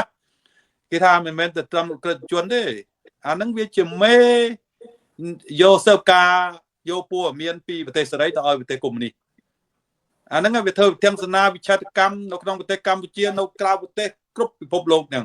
អញ្ចឹងរឿងនេះគេថាមិនតូចតាចទេហើយប្រទេសខ្មែរជាប្រទេសដែលនៅក្រោម UN នៅក្រោមសន្ធិសញ្ញាទីក្រុងប៉ារីសហ្នឹង UN ហ្នឹងអ្នកដែលពាក់ព័ន្ធទៅនឹងដែលហត្ថលេខីហ្នឹងគេថាគេមិនអោយរួចខ្លួនទេកុំកុហកគេបានណាកុហកលើកនេះអត់បានទេអញ្ចឹងគេថាភូតច្រើនចាញ់អាត្មាអន្តរជាតិអ្នកណាខ្លាំងជាងរុស្ស៊ីឥឡូវនេះគេថាដ្រូនទៅដល់ដេញមូស្គូទៅដល់ទីក្រុងធំអ្នកណាខ្លាំងជាងដេញគុយបា 60 ឆ្នាំហើយអ្នកណាខ្លាំងជាងប្រទេសឥឡូវគេធ្វើបានអស់ដោយសារអីដោយសារតែពួកកុម្មុយនីពួកអរិញអ ក្រិតជននឹងវាខ្លាំងពេកវាធ្វើឲ្យខូចសន្តិសុខពិភពលោកវាធ្វើឲ្យខូចអរិញបរិស្ថានពិភពលោកធ្វើឲ្យខូចសេដ្ឋកិច្ចនៅពិភពលោកណាអញ្ចឹងគេបោះសម្អាតហើយគេចាប់បោះសម្អាតហើយតែមិនទាន់បាន2ឆ្នាំមកគេបោះស្អាតបានប៉ុណ្ណឹងគេថាបានន័យថាមិនធម្មតាទេព្រោះគេគួយកកឹតចូលទៅគិតគេមិនឲ្យពួកនឹងកកកកាយតាមចិត្តទេកុំសម្លាប់តែខ្មែរគ្នាឯងប៉ុន្តែថារួចខ្លួនណាដូចចំនួនខ្មែរក្រហមណាយើងចំនួនខ្មែរក្រហមក្រមចិនបាទក្រមចិនក្រមយួនអញ្ចឹងហើយចំនួនហ៊ុនសែននេះក៏ក្រមចិនក្រមយួនដែរណារបៀបស្លាប់គឺស្លាប់ខុសគ្នាចំនួនខ្មែរក្រហមគឺស្លាប់តាមអដេញបង្អត់បាយសម្លាប់តាមអដេញយកយើងទៅវាយចោលសម្លាប់តាមអត់មានមន្ទីរពេទ្យអញ្ចឹង3លានអ្នកអញ្ចឹងលោកឯងគិតមើលខ្ញុំហ្នឹងឆ្លងកាត់អដេញសម័យ3ឆ្នាំ8ខែ20ថ្ងៃឆ្អឹងនៅពេញទវាស្រែឆ្អឹងនៅពេញវត្តឆ្អឹងនៅពេញអដេញរូបភ្នំរូបភ្នំលអាងកាសារូបភ្នំអដេញកងវ៉ាកងអីហ្នឹងគឺថាសិតតែឆ្អឹងនឹងលលាក្បាលហើយតាមទឹកស្រះទឹកស្ទឹងសមុទ្រអីសិតតែលលាក្បាលខ្មែរវាសម្លាប់ដើម្បីបំបត្តិពូជខ្មែរអាហ្នឹងឆ្លៀនពៀនប៉ុន្តែខ្មែរយើងដូចថាខ្ញុំសូមកត់សរសើរខ្មែរមកដល់ស្រុកក្រៅប្រទេសហើយដោយលោកបងពីរអញ្ចឹងណាទោះបីអត់ងុយទោះបីកតាអីផ្សេងហ្នឹងសុកចិត្តដើម្បីអំពាវនាវដើម្បីប្រាប់ប្រជាពលរដ្ឋយើងឲ្យដឹងថាកុំឲ្យភ្លេចអដេញគេហៅថាវាលវិឃាតកុំឲ្យភ្លេចពួកអដេញអ ក្រិតជនប្រឆាំងនឹងអដេញមនុស្សជាតិអញ្ចឹងគេថាយើងតែងតស៊ូទាំងយប់ទាំងថ្ងៃចូលរួមបាតកម្មចូលរួមទៅកន្លែងណាឃើញមុខដែលអញ្ចឹងខ្ញុំសូមសរសើរកាត់បើសិនជាមានមនុស្សធន់ចេះណាប៉ុន្តែរបបខ្មែរក្រហមមិនកើតមានឡើយទេការនោះតែមកក្រុមតូចទេនៅប្រទេសបារាំងបើយើងអត់មានទប់ស្កាត់ណាដល់យូររីកដាលឃើញខ្មែរយើងត្រូវបានគេសម្លាប់3លានអ្នកជាងនេះហើយពិភពលោកអញ្ជើញជួយណាធ្វើឲ្យចិននឹងធ្វើឲ្យរុស្ស៊ីនឹងមានសមត្ថភាពឆ្លៀតពៀនទៅដល់អដេញប្រចាំបូព៌ាទៅដល់ទ្វីបអាហ្វ្រិកជុំវិញពិភពលោកអឺរ៉ុបទៀតអញ្ចឹងគេថាអ្វីដែលថាជឿនលឿនរបស់កុម្មុយនីឥឡូវនេះទៅជារួមទៅវិញហើយអ្វីណាដោយសារគេទប់ស្កាត់មិនឲ្យអំណាចពួកអ ក្រិតជនហ្នឹងគេថារីកខ្លាំងប៉ុណ្ណេះនៅខាងប្រចាំបូព៌ាគឺអាមេរិកទម្លាក់គ្រប់បែកអ៊ីស្រាអែលអញ្ចឹងនៅខាងអឺរ៉ុបឃើញអ៊ីស្រាអែលសហគមន៍អឺរ៉ុបគេរួមគ្នាណាអញ្ចឹងលោកឯងត្រូវដឹងណាសប្តាហ៍ថ្ងៃនេះរុស្ស៊ីវាកែនទៅហ៊ានពីណាទេពីលាវពីយួនពីខ្មែរពីចិនពីកូរ៉េខាងជើងពីឥណ្ឌាពីអាហ្វ្រិកទាំងអស់ខ្មែរយើងណាខ្ញុំស្គាល់អដេញពួកហ្នឹងគាត់មានកូនប្រុស2នាក់កូនប្រុសទី1បញ្ជូនទៅរុស្ស៊ីហ្នឹងងាប់គេឲ្យមួយខែ$2,000ហ៊ុនសែនណាបាទប៉ុន្តែដល់តែហ៊ានខ្មែរដែលថាច្បាំងគ្នាប្រឆាំងជាមួយនឹងថៃការពារទឹកដីហ្នឹងងាប់ទៅគេអត់មានឲ្យអីសោះមានតែធ្វើទុកបុកម្នេញបន្ថែមទៀតណាគេទៅគិតដល់រុស្ស៊ីគិតតែលោកយងជាខ្ញុំចង់ឲ្យលោកជួយបញ្ជាក់បន្តិចពាក់ព័ន្ធនឹងបញ្ហាលោកហ៊ុនសែនហ្នឹងដោយចាខ្ញុំបានមកលើកជាឧទាហរណ៍ចំពោះម៉ាដូរ៉ូដោយសារជួញដូរគ្រឿងញៀនធ្វើឲ្យប៉ះពាល់ដល់សន្តិសុខក្នុងប្រទេសអាមេរិកក៏ដូចជាប៉ះពាល់ដល់ពលរដ្ឋរបស់គេដោយសារគ្រឿងញៀនហ្នឹងហើយក៏អាមេរិកចេញវិធានការដើម្បីកម្ចាត់មេដឹកនាំជួញដូរគ្រឿងញៀននេះចេញគេឲ្យបកគលខ្លួនម៉ាដូរ៉ូមិនព្រមបកគលទេហើយថែមទាំងគម្រាមសហរដ្ឋអាមេរិកថាមិនអាចចាប់ខ្លួនគេបានទេគេមានខែលការពារគេមានអង្គរៈសពបែបយ៉ាងដើម្បីការពារសុវត្ថិភាពខ្លួនគាត់ក៏មិនដល់ទីបំផុតពេលដែលអាមេរិកប្រតិបត្តិការពិតប្រាកដត្រឹមតែ3ម៉ោងតែប៉ុណ្ណោះគឺថាចាប់ម៉ាដូរ៉ូយកមកនីយ៉កបានដោយជោគជ័យក៏ប៉ុន្តែឥឡូវលោកហ៊ុនសែនដូចគ្នាឥឡូវគេស្នើឲ្យចាប់មេអក្រិតកម្មជាពិសេសចំពោះបុគ្គល4នាក់នេះហ៊ុនសូនេះលីយ៉ុងផាត់នេះកុកអានជាមួយទ្រីភិបក៏ប៉ុន្តែមិនត្រឹមតែមិនចាប់ហើយថែមទាំងហ៊ុនម៉ាណែតឆ្លើយទៅកាសែត Bloomberg ថានេះជារឿងបុគ្គលទៅទៀតតើអាចឈានដល់ការចាប់ខ្លួនទាំងអូទាំងកូនដូចម៉ាដូរ៉ូដែរទេបាទម៉ាដូរ៉ូប្រទេសគាត់នឹងជឿនលឿនណាសូមមានរ៉ាតាមានការគ្រប់គ្រងពីចិនមានការគ្រប់គ្រងពីរុស្ស៊ីមានការគ្រប់គ្រងពីភាគកម្មមួយចំនួនទៀតអូរ៉ង់អីណាហ្នឹងហើយនៅប្រទេសកម្ពុជាអដេញនៅគេចាប់បានអាមេរិកនៅចាប់អដេញម៉ារ៉ូមកដាក់គុកនៅអាមេរិកបានចោះទម្រាំស្រុកខ្មែរ ហើយសកខ្មែរសពថ្ងៃនេះគេថាយកអាមេរិកជាសត្រូវតាគេថាគឹមសខានឹងចូលដៃជាមួយអាមេរិកចូលអីអញ្ចឹងអាមេរិកតែអ្នកថាដែលជាសត្រូវរបស់គេត្រូវការអីចាប់ហើយគេពួកហ្នឹងសិតតែពួកភារវៈក៏ពួកភារវកម្មពួកក្រិតជនដូច្នេះអាមេរិកអត់ទុកទេប៉ុន្តែគឺកាន់តែនេះចរចាតាមបែបសន្តិភាពសិនតាមបែបសន្តិភាពណាតាមបែបបើរឿងចរចាមើលថាមិនកើតទេគេចោះចាប់ហើយចោះចាប់នៅស្រុកខ្មែរស្រួលបំផុតមិនបាច់អាមេរិកចោះចាប់ទេថៃចោះចាប់ក៏បានដែរពួកវាអត់មានអីសោះហ៊ុនសែនបានទៅស្លាប់ខ្មែរដែលថាគ្នាអត់មានខ្លាំងតែជាមួយខ្មែរហ្នឹងបាទខ្លាំងតែជាមួយខ្មែរដែរបាទដល់ជាមួយគេជាមួយថៃនឹងរើមរួយសោះរំជាមួយអាមេរិកទៀតអាមេរិកចោះចាប់ហើយលោកអត់មានពញាយូរទេណាពួកលោកដូណាល់ត្រាំក៏ធ្វើនេះក៏មិនចង់ឲ្យមានមេរោគដែលអុក្រិតជននៅក្នុងពិភពលោកច្រើនទេដូចយើងធ្វើឲ្យបរិស្ថានហ្នឹងវាពុលពួកកុម្មុយនីសណាអញ្ចឹងលោកហ៊ុនសែនក្រុមគ្រួសារលោកហ៊ុនសែននឹងកំពុងតែភ័យហើយមិនដឹងរោគពាក្យអីកុហកគេទៀតទេហើយចិនគេយួនរុស្ស៊ីហ្នឹងគេមិនទុកចិត្តហ៊ុនសែនទេព្រោះគេយកឈើគេយករ៉ែតាំងពីឆ្នាំ75អស់ហើយអញ្ចឹងគេយកទៅរួចទៅខ្លួនទេដោយនៅរងហ្នឹងជាមិត្តភ័ក្តិរបស់ចិនកុម្មុយនីសរបស់រុស្ស៊ីផងនៅតែពួកហ្នឹងមិនហ៊ានជួយចេះតែលួចជួយស្ងាត់រំហ៊ុនសែនទៀតគេថាគេមិននេះទេហ៊ុនសែនហ្នឹងគេថាត្រូវតែបញ្ឈរនឹងមុខច្បាប់ហើយណាហើយគេដូចគេជីករឹសឈើដូចខ្ញុំនិយាយអញ្ចឹងណាគេជីកអារឹសទូចដល់ជីកអស់ហើយគេកាត់អារឹសកែវដួលក្រាំងបាទអញ្ចឹងគេថាអត់មានអីរើរួចទេលោកដូណាល់ត្រាំលើកនេះគាត់មិនធម្មតាទេគេគាត់ធ្វើនេះជំនាន់រ៉ូណាល់រីហ្គិនគាត់ព្រួយបារម្ភថាកុម្មុយនីសមានអំណាចនៅក្នុងពិភពលោកណាក្រៅពិភពលោកដែរប៉ុន្តែជំនាន់រីហ្គិនអត់មានដូចដូណាល់ត្រាំទេគឺគាត់ធ្វើវើយកបដ ாய் អត់មានបារម្ភអត់មានអីទេបាទអញ្ចឹងខ្ញុំថាលើកនេះគាត់បានសន្យានឹងអ្នកបោះឆ្នោតឲ្យគាត់នៅអាមេរិកគេថាគេម្នាក់មកអាមេរិកហ្នឹងដោយសារតែកុម្មុយនីសចិនមិនថាតៃវ៉ាន់មិនថាហុងកុងមិនថាកម្ពុជាអាស៊ីឬមួយកន្លែងផ្សេងនេះអញ្ចឹងគេថាគេនឹងធ្វើតាមណាអ្វីគេជាប់នោះដោយសារប្រជាជនបោះឆ្នោតឲ្យអញ្ចឹងគេនឹងធ្វើតាមសម្លេងប្រជាពលរដ្ឋអាមេរិកកាំងរបស់ឆ្នោតគេទេហើយអក្រិតជននេះខ្ញុំសូមជម្រាបថាក្មេងៗដែលថានៅក្នុងប្រទេសអាមេរិកណាគេថាធ្វើការឲ្យអក្រិតជននៅផ្ទះហ្នឹងគេថាពួកវាបោកយកតិចអស់អញ្ចឹងបោកលុយអាមេរិកកាំងច្រើនណាគេប្តឹងច្រើនណាវាមានមិនដឹងលោកយងជាអក្រិតកម្មឆ្លងដែរហ្នឹងគឺថាប្រជាពលរដ្ឋអាមេរិកហ្នឹងបាត់បង់លុយប្រហែលឆ្នាំមកបូកសរុប114,000 លានដុល្លារបាទឃើញទេអ្នករងគ្រោះជិត1លានណា8សែនពលរដ្ឋដែលរងគ្រោះដោយសារការឆបោកអនឡាញដូច្នេះខ្ញុំចង់ឲ្យសួរបញ្ជាក់លោកចំចំណុចនឹងឯងដោយសារទី1អាមេរិកគេខាត់បងផលប្រយោជន៍របស់គេពលរដ្ឋគេរងគ្រោះដោយការឆបោកហើយទី3គឺថាបុគ្គលដែលត្រូវគេបញ្ឆោតទៅធ្វើការនៅស្រុកខ្មែរធ្វើការដោយបង្ខំមិនធ្វើតាមគេគឺដាក់ធ្វើតារុណកម្មរហូតដល់បាត់បង់ជីវិតក៏ថាបានអាចចាត់ទុកថានេះជាអំពើអក្រិតកម្មប្រឆាំងមនុស្សជាតិដែរទេលោកយមផាត់បាទហ្នឹងជាអំពើអក្រិតជនប្រឆាំងនឹងមនុស្សជាតិហើយ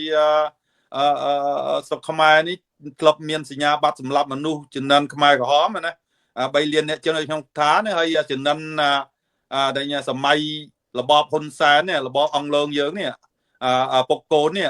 ក៏សម្លាប់មនុស្សច្រើនដែរបើសម្លាប់តាមរូបភាពផ្សេងទៀតសម្លាប់តាមជាយើងមើលខ្មែរម្នាក់សពថ្ងៃនេះយើងមើលស្លាប់ដោយអត់បាយអត់ការងារធ្វើស្លាប់ដោយជាតិគីមីស្លាប់ដោយផ្សេងហ្នឹងបាទហ្នឹងក៏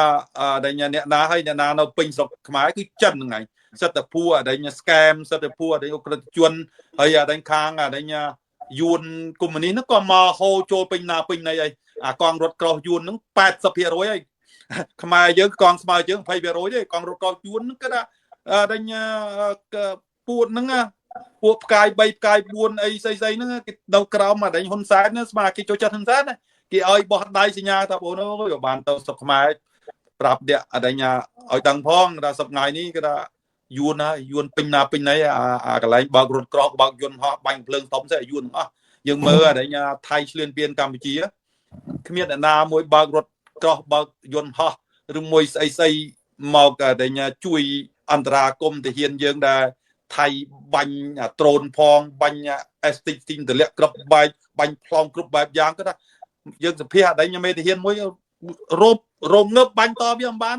អញ្ចឹងដោយសារយួននឹងថៃគេត្រូវគ្នាហើយចិននេះគេគ្រាន់តែជានយោបាយដែលអនុចិនហ្នឹងឯងអញ្ចឹងគេធ្វើជាចេះទៅយើងអត់ដឹងទេហ៊ុនសែនសម្រាប់យើងមើលឥឡូវខ្ញុំបែរថាយើងមើលអីសម្រាប់យើងប្រហែលចំនួននៅក5ហ្នឹងចំណុចខ្មែរក្រហមមួយក5មួយហើយសម្រាប់ផ្សេងទៀតណាហោហែហ្នឹងយើងកត់ចង្កលហើយដែលសម្រាប់ដែលថាថៃសម្រាប់យើងហ្នឹងយើងមើលនៅជំរំហ្នឹងជំរំដែលចរណាតស៊ូណាសេជាម្ដងជារដ្ឋខ្មែរសង្សានហ្វាន់សំពេចខ្មែរក្រហមអ្នកស្នាជាតិយើងមើលប៉ៃលិនអៀងសេរីអ៊ីឈៀនដែលបានសៃមុំអីមិនថៃដល់ទៅទម្លាក់អាហ្នឹងសិតតែពូអដេញយួនហើយអត់មានណាទៅធ្វើបាបអត់មានធ្វើអីយើងដឹងហើយតែហ៊ានភាកច្រើនហ្នឹងសិតតែគ្នាខ្ញុំដែរពួកហ្នឹងសិតតែរៀន OR live share active ហ្នឹងគេថាងាប់ច្រើនណាអញ្ចឹងវាសម្រាប់ហ្នឹងវាសម្រាប់អញ្ចឹងលោកចាំទេគេថាអដេញការនៅខាងកើតវាមានអដេញស្អីអាហ្នឹងគេហៅអីបងបាននិយាយគេថាមានរតនគិរីមណ្ឌលគិរីគេចេះសឹងត្រាយពួត CLV ហាហ៊ុនសែនថា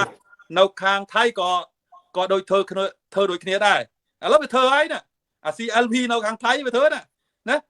សម្ដីវានិយាយមកវាយើងត្រូវចាំសម្ដីវាធ្វើតាមរយៈឲ្យថៃនឹងអង្គុយគេធ្វើផ្លូវធ្វើអីអាហ្នឹងគេសឹកបើនិយាយតាមលោកយងជាហ្នឹងនៅខាងកើតគេហៅថា CLV បើនិយាយនៅខាងលិចវិញ CLT វិញបាទអាហ្នឹងវាធ្វើហើយអាហ្នឹងសិតតែមានការសហការជាមួយចិនជាមួយយួនមិនឃើញគេអាថៃកំពុងតែទម្លាក់ក្របបែកខ្មែរយួនគេមកចរចាជាមួយថៃគេថាអត់មានបរទេសណាមកលូកដៃលូកជើងទេណាគេនិយាយចឹងទៀត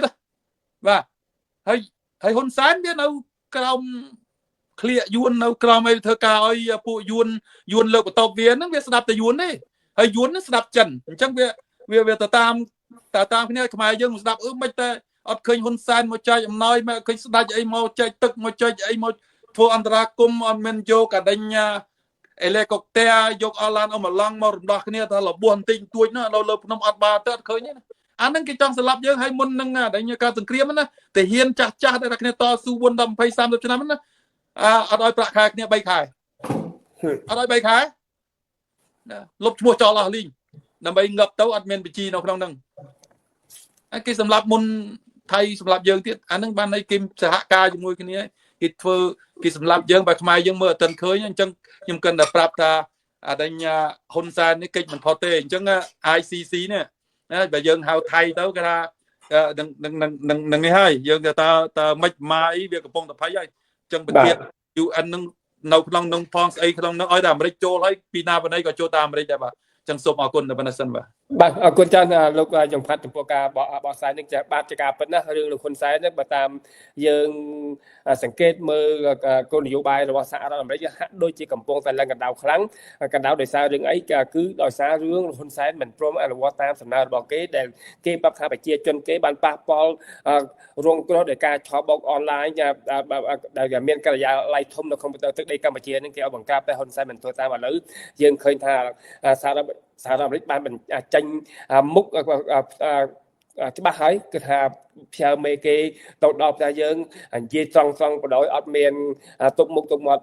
ឲ្យទេបើប៉ះសិនជាមិនត្រូវជាសង្ឃឹមថាវាសនារបស់ពួកគាត់មិនខុសគ្នាជាមួយនឹងលោកម៉ាដូរ៉ូប្រមាណទេដោយសារការនេះជាការប៉ះពាល់ដល់សន្តិសុខក៏ដូចជាដល់កថាសេដ្ឋកិច្ចរបស់សហរដ្ឋអាមេរិកដែរដូច្នេះយើងឃើញថាការមកដល់របស់ប្រធាន FBI នេះជាសារមួយដាស់តឿនចុងក្រោយកាយថាបានបើប៉ះសិនជាមិនព្រមអនុវត្តច្បាស់ជាអាមេរិកមិនទុកឲ្យលោកហ៊ុនសែនបន្តបញ្ជាពេលតទៅទៀតបានទេដល់ពេលដែលគេទៅតែសម្អាតពួកអស់តំណែងហ្នឹងបាទឥឡូវខ្ញុំងាកមកលោកសិដ្ឋាថាបងសិដ្ឋាដូចមិញលោកបានលើកឡើងច្រើនជារឿងលោកកឹមសុខាពាក់ព័ន្ធនឹងបញ្ហាបង្រួបបង្រួមអ្នកប្រជាធិបតេយ្យនេះដែលគាត់បានលើកនៅពេលដែលគាត់បានទៅជួបជនភៀសសឹកនៅក្នុងដែនខ្មែរសៀមនឹងក៏ប៉ុន្តែខ្ញុំមកឆ្ងល់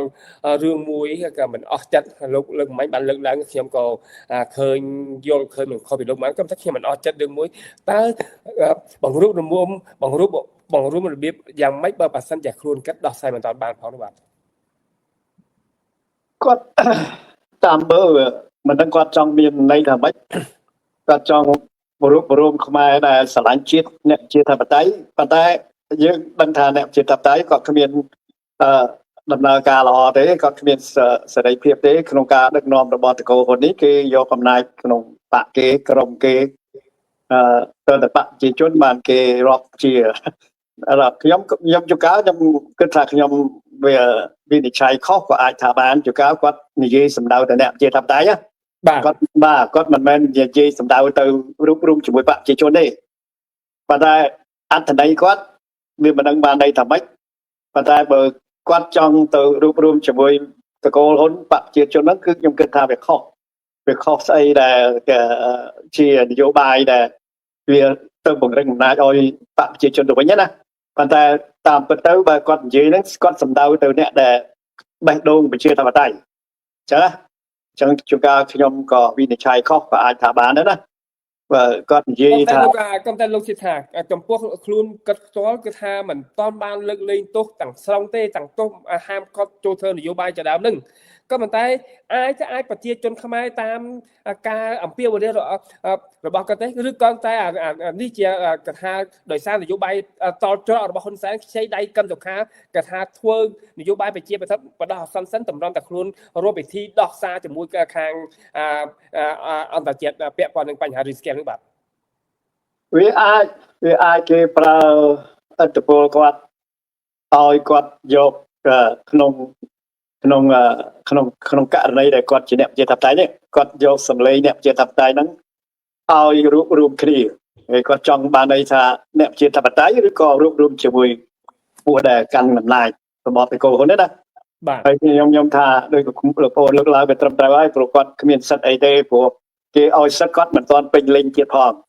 ណាគាត់រួបរวมគេបានតើគាត់មានសិទ្ធិពេញលេញហើយគាត់ខ្លួនឯងគ្មានសិទ្ធិផងហ្នឹងប៉ុន្តែគាត់ចង់អំពាវនាវទៅអ្នកដែលស្រឡាញ់ប្រជាធិបតេយ្យឬក៏គាត់ចង់អំពាវនាវទៅខ្មែរទាំងអស់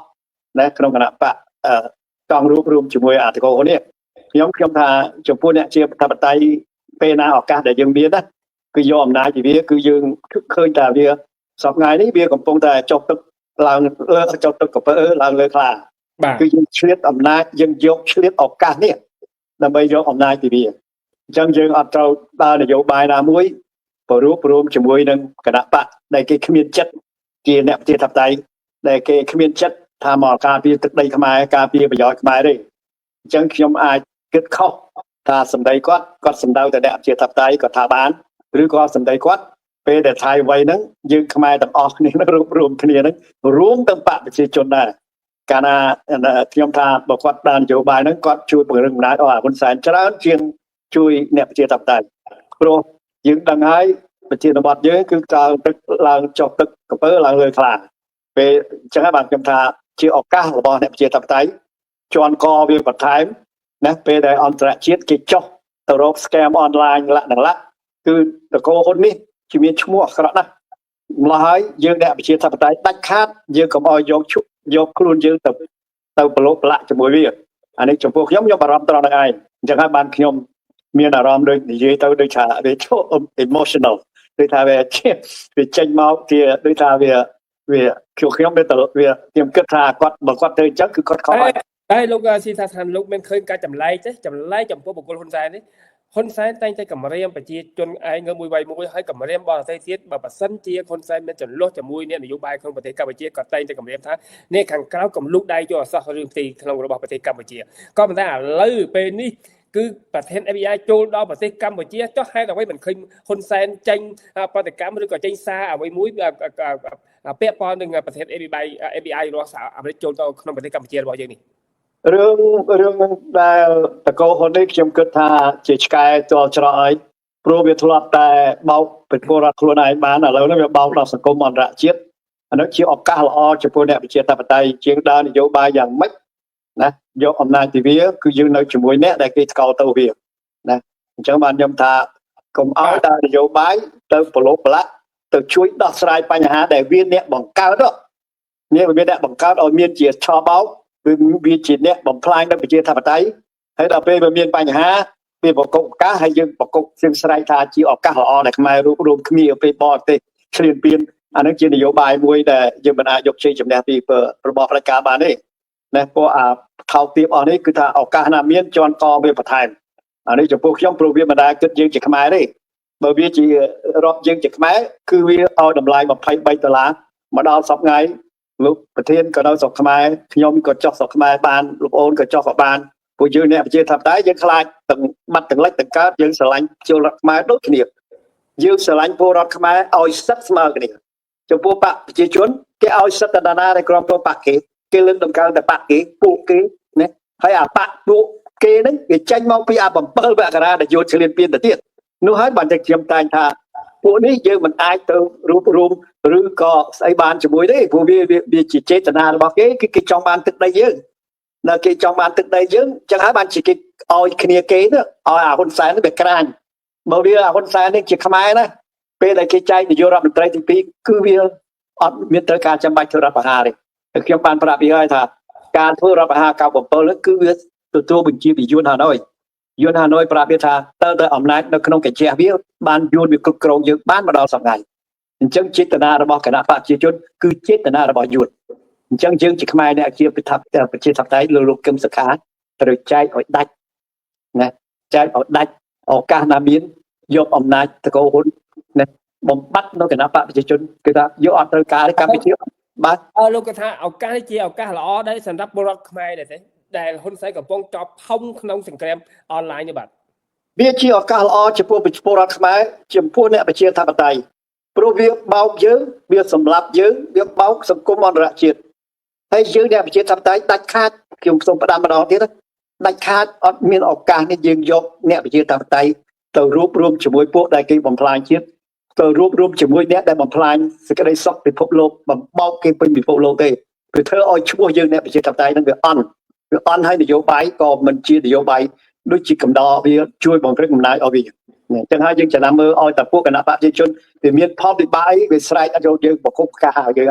អញ្ចឹងខ្ញុំគ្រាន់តែផ្ដាំដាច់ខាតណាតកោហ៊ុននេះមានឈ្មោះអាក្រក់ណាស់ក្នុងកម្ពុជាពេញពិភពលោកយើងអ្នកប្រជាធិបតេយ្យខ្លួនយើងគ្មានពាក់ព័ន្ធពីរឿងធ្វើបាបប្រជាពលរដ្ឋខ្លួនយើងមានពាក់ព័ន្ធពីរឿងបំផ្លាញជាតិណាគ្រប់បែបយ៉ាងអញ្ចឹងវិបត្តិដែលវាបង្កើតជាមួយថៃទុកឲ្យវាដោះស្រាយខ្ញុំបានប្រាប់តាំងពីដើមវាជាអ្នកបង្កើតជាមួយថៃឲ្យវាដោះស្រាយកាលណាយើងទៅដោះស្រាយយើងថ្កោលទោសថៃជំនួសវាណាសង្គមអន្តរជាតិគេខកងាយនេះសូម្បីតែថៃវាយដល់ប៉ុណ្្នឹងគេនៅតែគ្រប់គ្រងថៃដែលបំផ្លាញលើអា scam នៅក្នុងកម្ពុជាហ្នឹងអញ្ចឹងយើងនៅជាមួយអ្នកដែលគេបំផ្លាញពួក scam មិនមែនយើងនៅជាមួយអ្នកណាដែលគ្រាន់តែថៃដូចខ្ញុំថាដូចជាពីដើមអញ្ចឹងតាំងតាម40ឆ្នាំសត្រូវរបស់យើងគឺរបបភ្នំពេញនិងតកោហ៊ុនដែលបំផ្លាញជាតិសាសន៍ខ្មែរទាំងព្រៃឈើខ្មែរធនធានធម្មជាតិធនធានជាតិឯគ្រប់បែបយ៉ាងពេលដែលថៃវាយមកយើងភ្លេចអស់លេងណាយើងលោកគ្នាក្តោបទៅរឿងតែថៃនោះហើយដែលខ្ញុំតែនិយាយថាចំហយើងឲ្យវារឹងជាមើលគណៈបកប្រជាជនគេធ្វើម៉េចវាអត់ខ្វល់ទេវាយកអំណាចពីបរទេសណាក៏ដោយដោយអាខ្វាក់ចឹងវាយកអំណាចយួនមកប្លន់ប្រជាធិបតេយ្យខ្មែរមកបំផ្លាញហ៊ុនស៊ុនប៉ិចមកសម្លាប់អ្នកប្រជាធិបតេយ្យរឿងអីយើងមានពេលដែលឱកាសមានយើងមិនយកអំណាចពីវាត្រូវតែយើងពឹងកម្លាំងដណ្ដាក៏ដោយព្រោះយើងខ្ញុំបាននិយាយពីដើមហើយអាមេរិកហើយថៃជាសម្ព័ន្ធមិត្តយូរឆ្នាំហើយគេនៅជាប្រទេសដែលដើរតាមលទ្ធិប្រជាធិបតេយ្យហើយគេជាប្រទេសដែលរងគ្រោះនឹងការឆោបបោករឿងអីទៅយើងទៅស្គាល់ទោសអ្នកដែលបំផ្លាញសាលាដូចថៃចឹងខ្ញុំយល់ស្របថាពេលដែលកម្ពុជានឹងដឹកនាំដោយអ្នកជាតិនិយមអ្នកកាលណាដឹកនាំដោយអ្នកជាតិនិយមថៃវិញអានឹងយើងខ្មែររួមវាជាត្រូវណាប៉ុន្តែយើងសួរអាហ៊ុនសែនជាតិនិយមពីណាមកណាគ្រាន់តែវាកាន់កាប់ខ្មែរទឹកដីខ្មែរក៏បាត់ទៅយួនផ្ទះហេងសរឹមទៅដីយួនព្រៃឈើក៏បាត់ប្រជាធិបតេយ្យក៏បាត់ស្អីដែលកម្ពុជាធ្ងន់ធ្ងរជាងគេគឺការប្លន់ពីគណៈបកប្រជាជនគឺការប្លន់នៅការបោះឆ្នោតត្រឹមត្រូវដោយសារតែគ្មានការបោះឆ្នោតត្រឹមត្រូវនោះហើយបានជាយើងមានអ្នកដឹកនាំមិនត្រឹមត្រូវព្រោះអ្នកមិនលោកសិដ្ឋាលោកខ្ញុំសូមកាត់ប្រសាទលោកចំចំណេញនឹងបន្តិចខ្ញុំចង់ងាកសួរបន្ថែមតិចជាដោយសារពេលវេលាយើងក៏ជិតចប់ក៏ខ្ញុំគិតបញ្ចប់ប៉ុន្តែប្រិយមិត្តក៏ចូលតាមដានទៅទស្សនាក៏កាន់តែចាស់ដូច្នេះខ្ញុំចង់បន្តថែមមួយសំណួរទៀតជាមួយលោកយងជាពាក់ព័ន្ធនឹងការលើកលែងទោសរបស់ព្រះមហាក្សត្រខ្មែរដែលឲ្យលោកកឹមសុខានឹងផាត់ទោស25ឆ្នាំហើយមានសិទ្ធិចេញក្រៅប្រទេសចុះហេតុអ្វីមិនលើកលែងទោសឲ្យលោកប្រធានសំរងស៊ី ដែលជាគាត់មិនមែនជាប្រធានបកផងនោះហេតុអីមិនលើកលែងទៅឲ្យគាត់វល់ចូលប្រទេសមកដើម្បីបង្រួបបង្រួមជាតិបង្រួបបង្រួមអ្នកប្រជាធិបតេយ្យខ្ញុំបាននិយាយប្រាប់បងប្អូនខ្មែរប្រហែលคลิปហើយពីរឿងការវិភាគរបស់ខ្ញុំណាខ្ញុំថាកម្ពុជាគ្មានស្ដេចកម្ពុជាគ្មាននាយករដ្ឋមន្ត្រីកម្ពុជាគ្មានសាសនាណាដែលយើងជាខ្មែរណាយើងដឹងពិតប្រាកដហេតុអីបានយើងថាខ្ញុំមិនដែលគិតថាកម្ពុជាមានស្ដេចខ្ញុំមិនដែលគិតថាកម្ពុជាមាននាយករដ្ឋមន្ត្រីហេតុអីព្រោះបើយើងមាននាយករដ្ឋមន្ត្រីបើយើងមានស្ដេចមិនមែនយើងតែ3នាក់មកវិភាគហេតុអីបានជាប្រជាធិបតេយ្យគេបំផ្លាញហេតុអីបានជាប្រៃឈើខ្មែរត្រូវបាត់ហេតុអីបានជាអ្នកចេះខ្មែរឬគឹមលៃត្រូវគេសម្លាប់កែមលៃត្រូវគេសម្លាប់ហើយអ្នកដែលនយោបាយត្រូវគេចាប់គេចងក្មេងការពារបរិស្ថានអាម៉ាក់អាម៉េចកំមកអាយុក្មេងសោះត្រូវគេចាប់ហើយលោកគេសម្លាប់អ្នកបញ្ញវន្តខ្មែរគ្រប់រូបភាពអញ្ចឹងបានន័យថាម៉េចថាកម្ពុជាគ្មានស្អីមួយដែលស្ថាប័នណាមួយខ្ញុំយើងមើលបងប្អូនប្រហែលថ្ងៃមុនហើយស្ថាប័នមួយដែលជាការពឹងពាក់របស់ប្រជាពលរដ្ឋទេហេតុអីបានជាទៅអញ្ចឹងព្រោះកម្ពុជាក្នុងការគ្រប់គ្រងគេឲ្យតម្លៃទៅ7មករាហើយ7មករាជាសមត្ថផលរបស់យួនវាទីមកលើកម្ពុជាដោយប្រើប្រាស់ហ៊ុនសែនអញ្ចឹងកម្ពុជាគ្មានស្ដេចទេខ្ញុំបានប្រាប់យូរហើយណាបើមានស្ដេចខ្មែរណាខ្ញុំនិយាយនឹងប្រហែលដល់ហើយស្ដេចខ្មែរបើមានស្ដេចខ្មែរពិតប្រាកដសូម្បីតែស្ទូបយួនមួយក៏គាត់ចេញមកធ្វើអន្តរាគមន៍ដែរសូម្បីតែគេចាប់ចងពលរដ្ឋក្មេងការពារបរិស្ថានសូម្បីតែសម្លាប់លោកកែមលីក៏ស្ដេចនឹងចេញមករកយុទ្ធធម៌ដែរសូម្បីតែការបំផ្លាញប្រជាធិបតេយ្យក៏ស្ដេចនឹងត្រូវតែតាមទប់ស្កាត់ណាអញ្ចឹងបានន័យថាកម្ពុជាក្នុងការគ្រប់គ្រងរបស់យួននរណាឈរជើងបានត្រូវតែជាមនុស្សរបស់ខ្លួនគេឥឡូវខ្ញុំប្រាប់រឿងមួយ79ខ្ញុំនៅអាមេរិកខ្ញុំបើកកាសែតមើលពឹកពេលយួនវាយមកកម្ពុជាខ្ញុំសូមប្រាប់បងប្អូនខ្មែរខ្ញុំពេលដែលខ្ញុំបើកកាសែតមើលពឹកថ្ងៃទី1ដែលយួនវាយមកឃើញយួនលើកអាហេងសរឹមឥឡូវខ្ញុំសួរមួយម៉ាត់ហេតុអីបានជាមនុស្សដែលយួនលើកឈរជើងមកបានដល់សពថ្ងៃដូចគ្នានឹងស្ដេចតើតែស្ដេចណាគ្រប់គ្រងវាគឺតែវាគ្រប់វារក្សាឲ្យសោយរាជនាយករដ្ឋមន្ត្រីក៏ដូចគ្នាដែរតើតែនាយករដ្ឋមន្ត្រីជាឆ្កែជាអាយ៉ងរបស់វាគឺឈរជើងបានក្រៅពីនោះវាតាមកន្តិចអស់ដោយអាហ៊ុនសែននេះសម្ដីវានិយាយចឹងឯង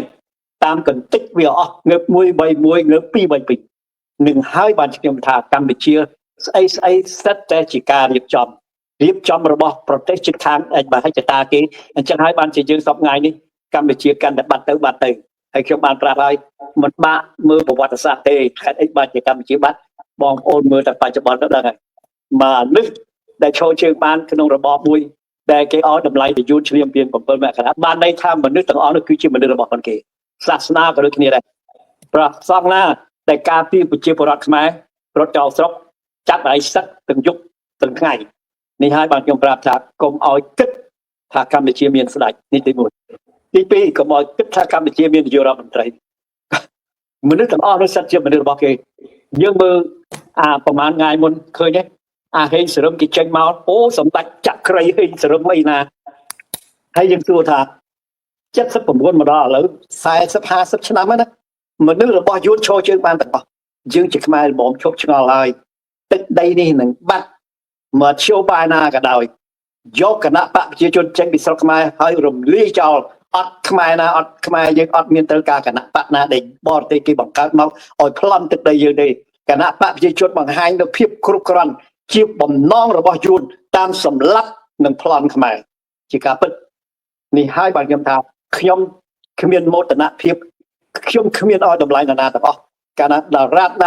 ណាក៏ដោយចង់សង្គ្រោះកម្ពុជាយកអំណាចបកប្រជាជនបានស្ដារកម្ពុជាឲ្យទៅជារបស់ខ្មែរនោះបានជាអស់លោកបំពេញតួនាទីជាកូនខ្មែរពិតប្រាកដនេះខ្ញុំគ្រាន់តែផ្ដាំណាព្រោះចេតនារបស់គណៈបកប្រជាជន50ឆ្នាំនេះវាគ្រប់គ្រាន់ហើយបំណងរបស់គេគឺកិច្ចការអំណាចឲ្យមនុស្សដែលបម្រើនយោបាយគេដល់បងប្អូនបាទគួរសោកស្ដាយណាអានោះ92ណាហើយសរឹមយើងគិតតែមើលទៅហើយខ្មែរដែលស្រឡាញ់ជាតិគាត់50ត្រូវគេសម្លាប់ដោយលោកកែមលីអាយុខ្លីលោកជាវិជាជុតវិធីចឹងហើយបានថាខ្ញុំសូមផ្ដាំអ្នកនយោបាយខ្មែរដែលកំពុងធ្វើនយោបាយសប្តាហ៍នេះកុំឲ្យប្រើពាក្យថាយើងជាខ្មែរត្រូវតែរួបរวมពេលដែលថៃវិញយើងខ្ញុំផ្ដាំអស់លោកឲ្យច្បាស់ព្រោះឯងរកយុទ្ធធម៌ខ្លួនឯង តែសួរថាលោកឯងជាអ្នកជាប្រជាធិបតេយ្យនេះលោកឯងមានសិទ្ធិគ្រប់គ្រាន់នៅណាអ្នកប្រជាធិបតេយ្យដែលគេចាប់ទៅគេមិនទាន់លែងដល់លោកថាជីថាឡាក់ទាំងឡាក់ហើយលោកឯងចោះប្រើពាក្យថារួបរวมជាមួយនរណានេះខ្ញុំគ្រាន់តែផ្ដាំណានេះខ្ញុំបានឲ្យច្បាស់កុំអត់ភ្លេចសត្រូវដោយសារតែថៃវ័យប្រហែលឆ្នាំនេះទើបឆ្នាំតែមួយនេះទៅកុំអត់ភ្លេចព្រោះគោលកាលណាយើងភ្លេចយើងបោះបង់ចំហនឹងហើយតែខ្មែរតែងតែស្លាប់2013ក៏ដូចគ្នាដែរលោកឯងបោះបង់ចោលចំហរបស់លោកបានជាលោកឯងត្រូវគេលំនេះខ្ញុំក៏ផ្ដាំ2093ក៏ដូចគ្នាដែរណាយើងមើលសត្រូវអត់ច្បាស់វាមិនដែលថាក្នុងឋានៈដែលកម្ពុជាមានអង្គការសហប្រជាជាតិពិនិត្យនឹងការបោះឆ្នោតត្រឹមត្រូវវាមិនដែលថាយើងខំតស៊ូ10ឆ្នាំជាងទិញយួនចេញហើយឲ្យគណៈបកយួនមកកាត់ទេខ្ញុំសូមផ្ដាំដោយសារគណៈបកយួននេះវាកាន់កាប់ហើយបានជើងទាំង3នាក់នេះពីភាគយប់នេះដោយសារគណៈបកយួននឹងវាកាន់កាប់ហើយបានលោកគឹមសុខានេះតែគេជិះជាន់ឆ្លីគាត់គ្រប់បែបយ៉ាងនេះហើយបើខ្ញុំប្រាប់ថាអស់លោកលោកដែលលក់ខ្លួនទាំងក្នុងទាំងក្រៅខ្ញុំថាគ្មាននរណាថោកជាងមនុស្សដែលមិនស្គាល់សត្រូវមិនស្គាល់មនុស្សដែលជាអក្រិតជននរកចាប់ជាតិជាគ្នាដូចតកោហ៊ុនទេសម្លាប់ខ្មែរមិនចេះទេក5ហ៊ុនសំពេចគណៈបកសង្គ្រោះជាតិឡាក់នឹងឡាក់ហើយលោកឯងចង់បានការរួបរวมតើយុទ្ធធរគេបង្គោលឲ្យខ្មែរនៅមនុស្សដែលត្រូវតែគេសម្លាប់ណាគណៈបកដែលគេបំផ្លាញគេរកយុទ្ធធរឲ្យយើងឬនឹង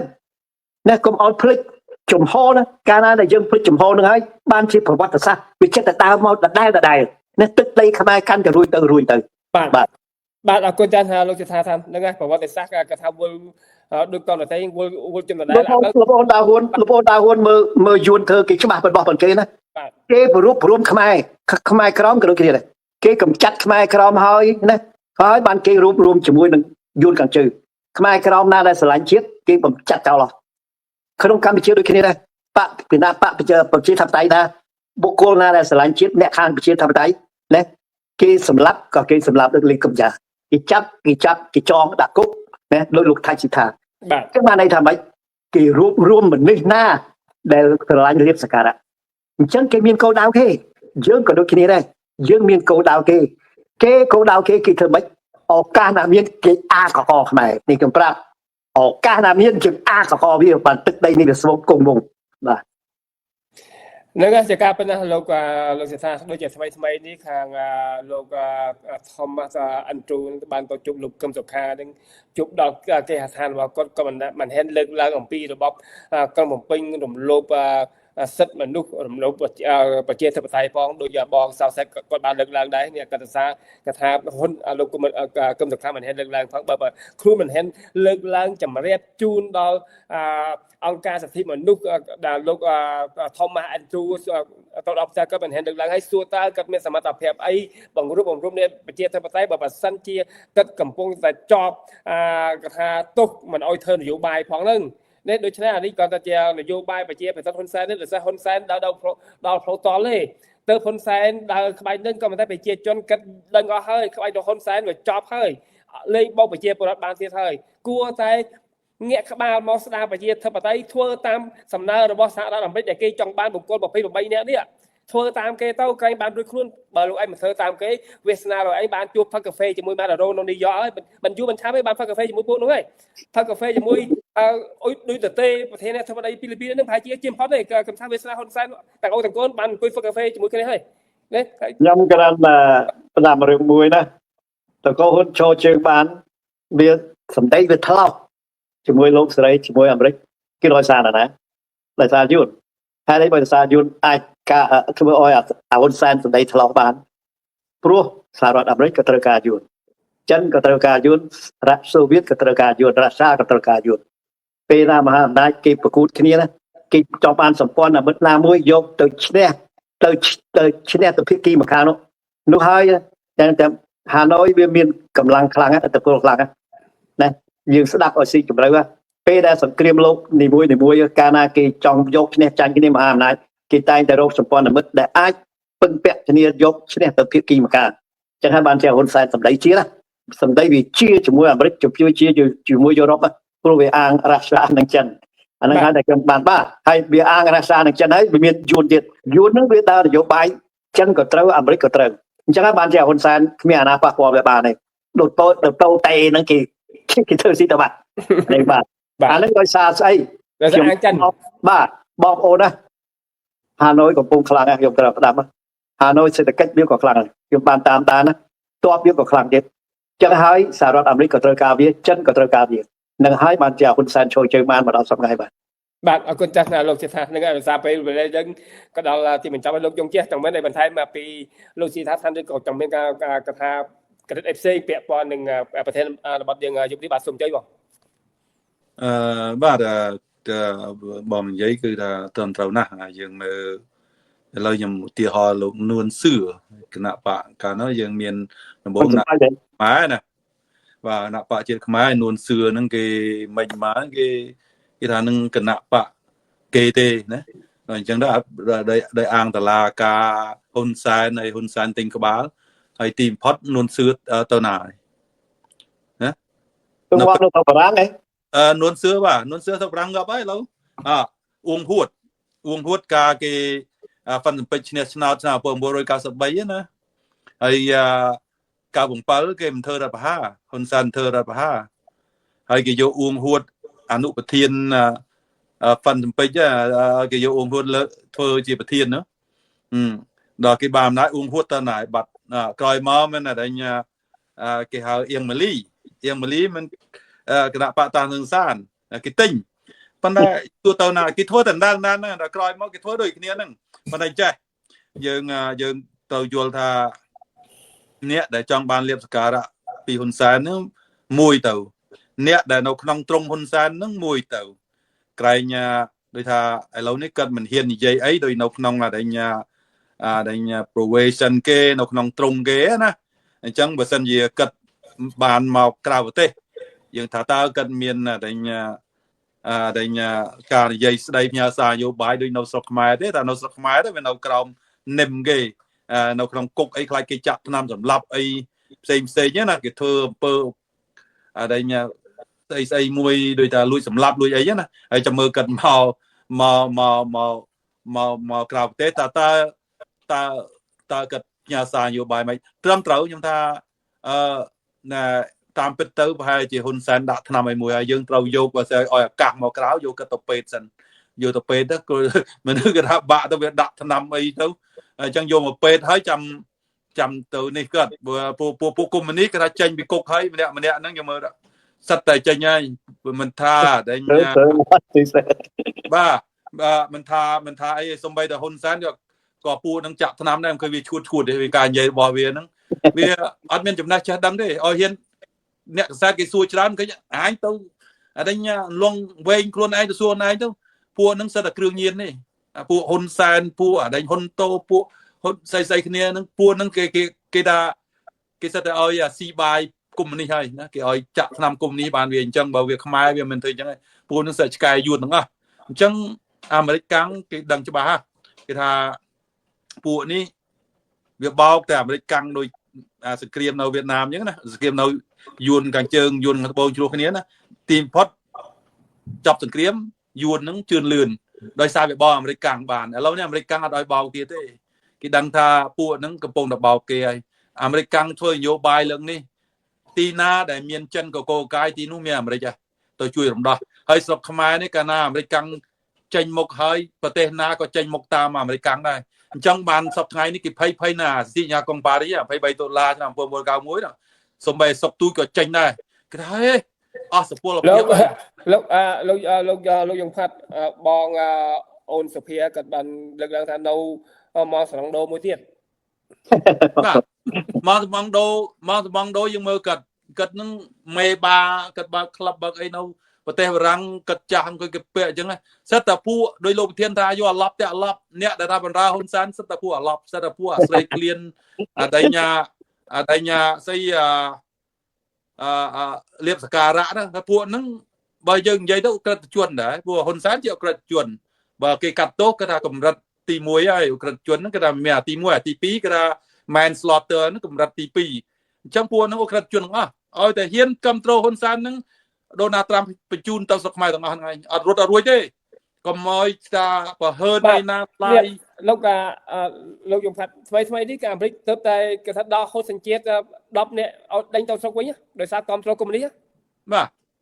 អញ្ចឹងបានពួកអាឆ្កែហ៊ុនសែនសុបកាយវារៀងឈប់ព្រុសតាវារៀងដូចបក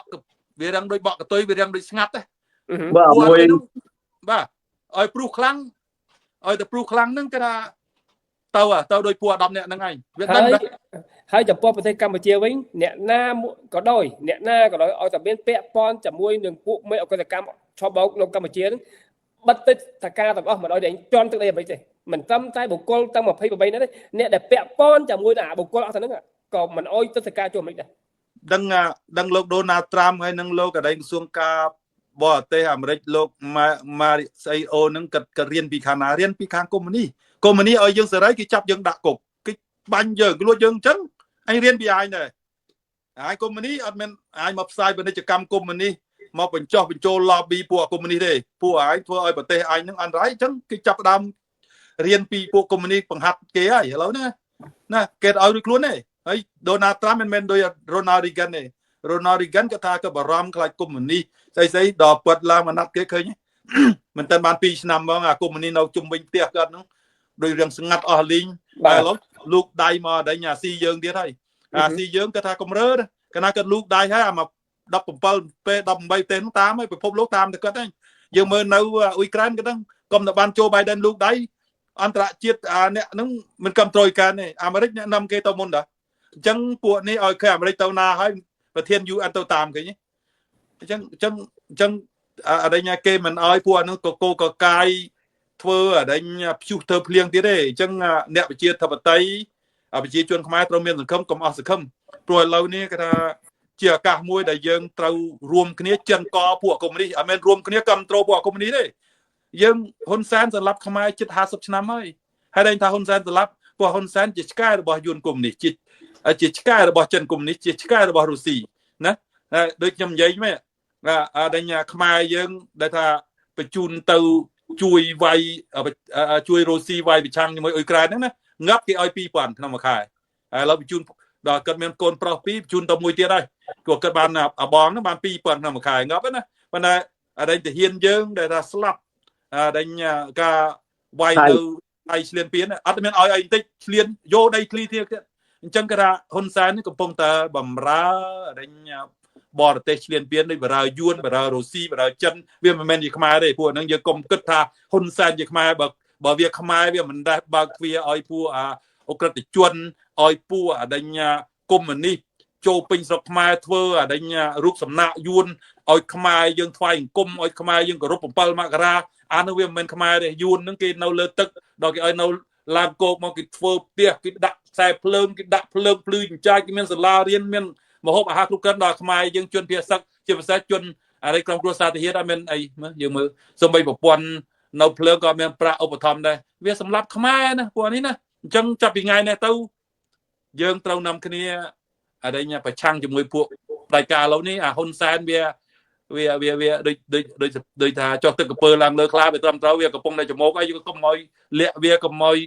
ស្រោចស្រង់វាទៀតអានឹងជាអក្រិតជនសម្រាប់ខ្មែរទេបាទខ្ញុំដោយសារពេលវេលាយើងខ្លីហើយក៏សូម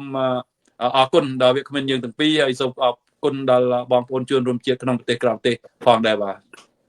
អរគុណចាស់លោកទាំងពីរអរគុណប្រិយមិត្តជាច្រើនបងអូនសុខអូនអីសុភាអ៊ុយសខនលោកយុទ្ធសាស្ត្រសង្គមថ្ងៃមួយនេះច្រើនបងសៅសិតច្រើនណាស់បានបញ្ចេញមតិក្នុងការ live show យើងយប់នេះល្អសង្ឃឹមថា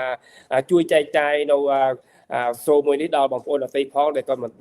បានចូលមើលក៏បានដឹងដល់គ្នាថាយើងដល់ពេលវេលាដែលគួរផ្លាស់ប្ដូរមេដឹកនាំហើយហ៊ុនសែនអាមេរិកលេងទុកមុខមាត់អស់ហើយគេមកដល់ផ្ទះកោះទ្វារហើយបើសិនជាមិនភ្ញាក់ពីដំណេកទៀតរបបនឹងមិនខុសពីម៉ាដូរ៉ូទេទៅជុំគ្នាផឹកកាហ្វេនៅនេះយកឲ្យបាទអរគុណច្រើនលោកគូទាំងពីរនឹងប្រិយមិត្តទាំងអស់សូមជូន